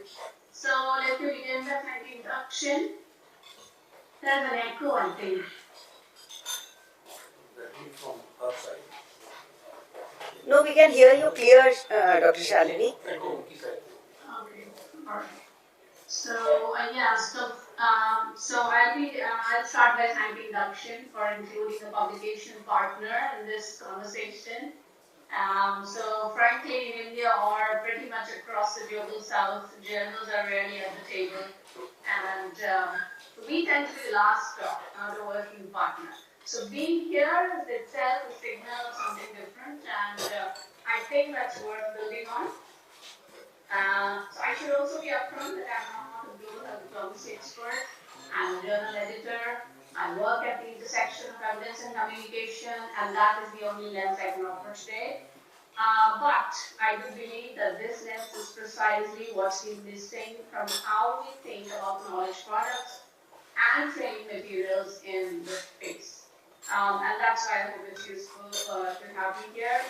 Also, I would like to thank Manurmani for really making my job easier. She has expanded and detailed on some of the topics that could be published, and what kind of pieces will be published as evidence-based for preparing these training materials. So thank you so much. So for me, my job in Dialog 2 was so Dialog 1 established what cases to develop, and so my job would be to ask, once we have a case, how do we make sure anyone actually reads it, remembers it, and uses it? So for example, a diplomat or ministry official preparing for a WHO negotiation on AMR or TRIPS may not have the time to search PubMed, filter by relevance, read 12 to 20 papers, and synthesize what they need for policy. So I'll be very quick in pointing out to very concrete things that we would need to look for in this dissemination. So format would be critical. For example, 40-page case study will be read by 20 people. But a 6-page structured brief with a clear question, like what the negotiator faced, what the evidence said, what the decision was made, and what do we do differently. That will travel. And we have learned this the hard way. The papers that change policy are really the most rigorous ones. They're the ones that have been written for the reader and not for the author. So this is a critical point, how you format your evidence. Second is that every knowledge product needs a layer of evidence. Here is what the data showed at that time. Here is the source. So this is where the journals become an infrastructure rather than just publishing venues. And Lungs at Southeast Asia can actively partner with you in this area.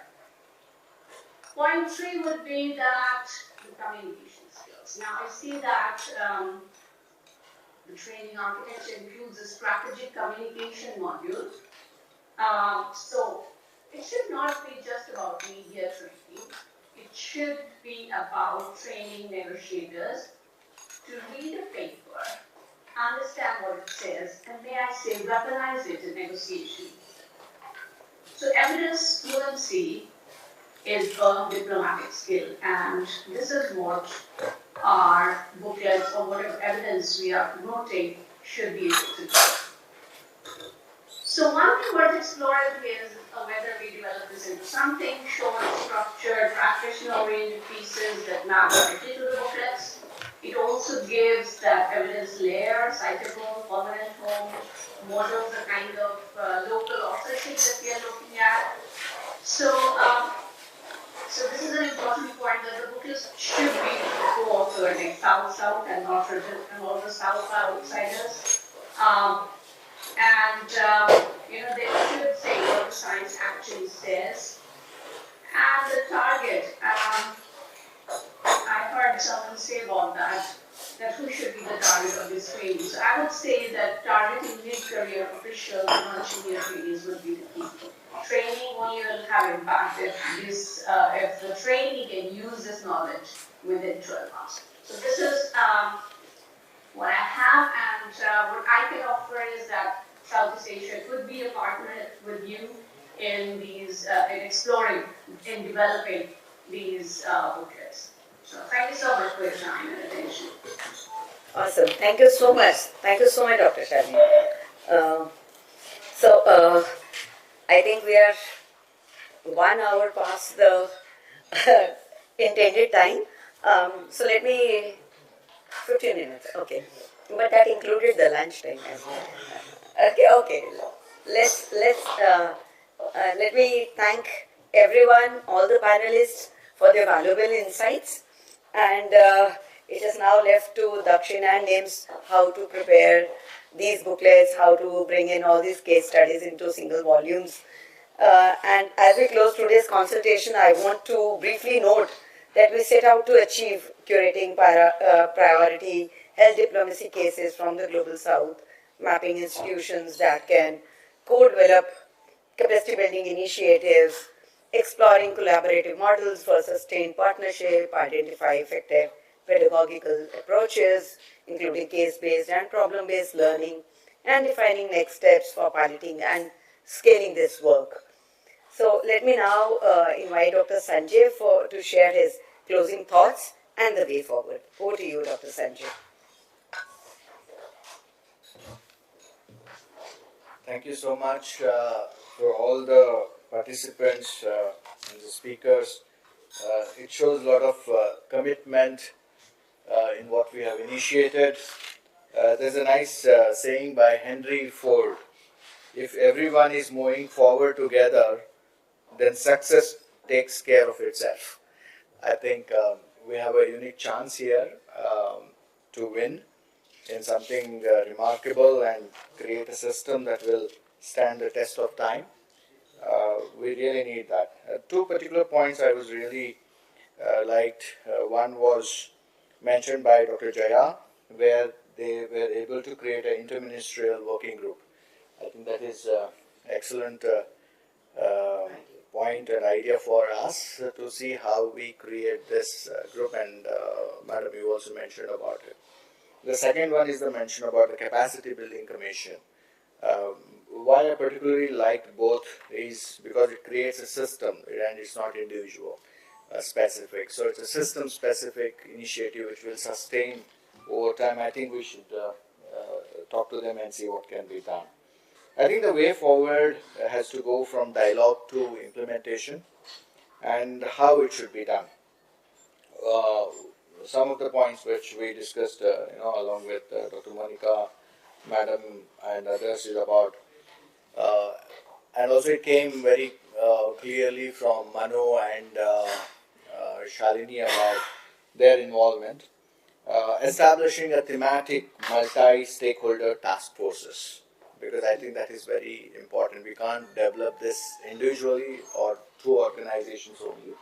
We need a very clear, because your problems are different. The content, context, actors, sectors are from different viewpoint. So there's a pandemics, climate, UHC, health security, and others. So there, the point of strategic alliances, which Nida from Office of Principal Scientific Advisor mentioned about. I think there we need to create alliances because this is a long shot which we are taking in terms of creating this system.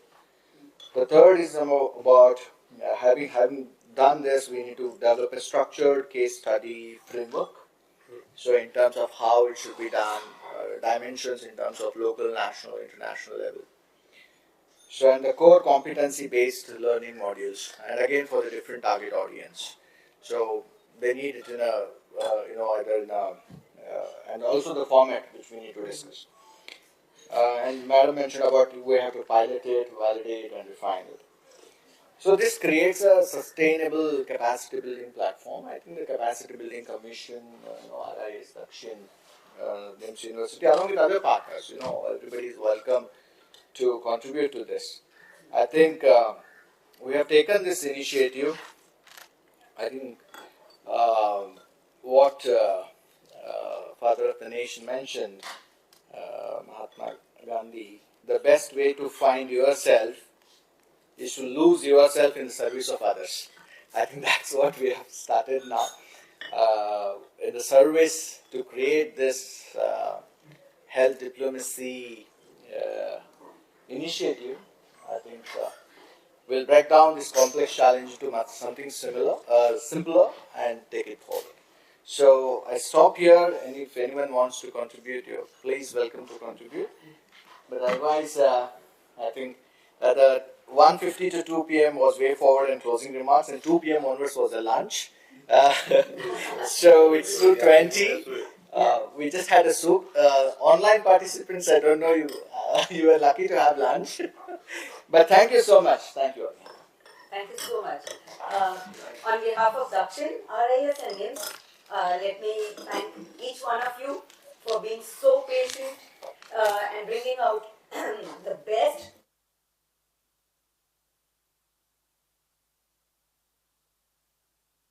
way ahead. Thank you so much. And we have a team members, Anirudh and Dr. Anupama, the backbone, in terms of putting this together. Absolutely. So the team from Dakshin and RIS has done this.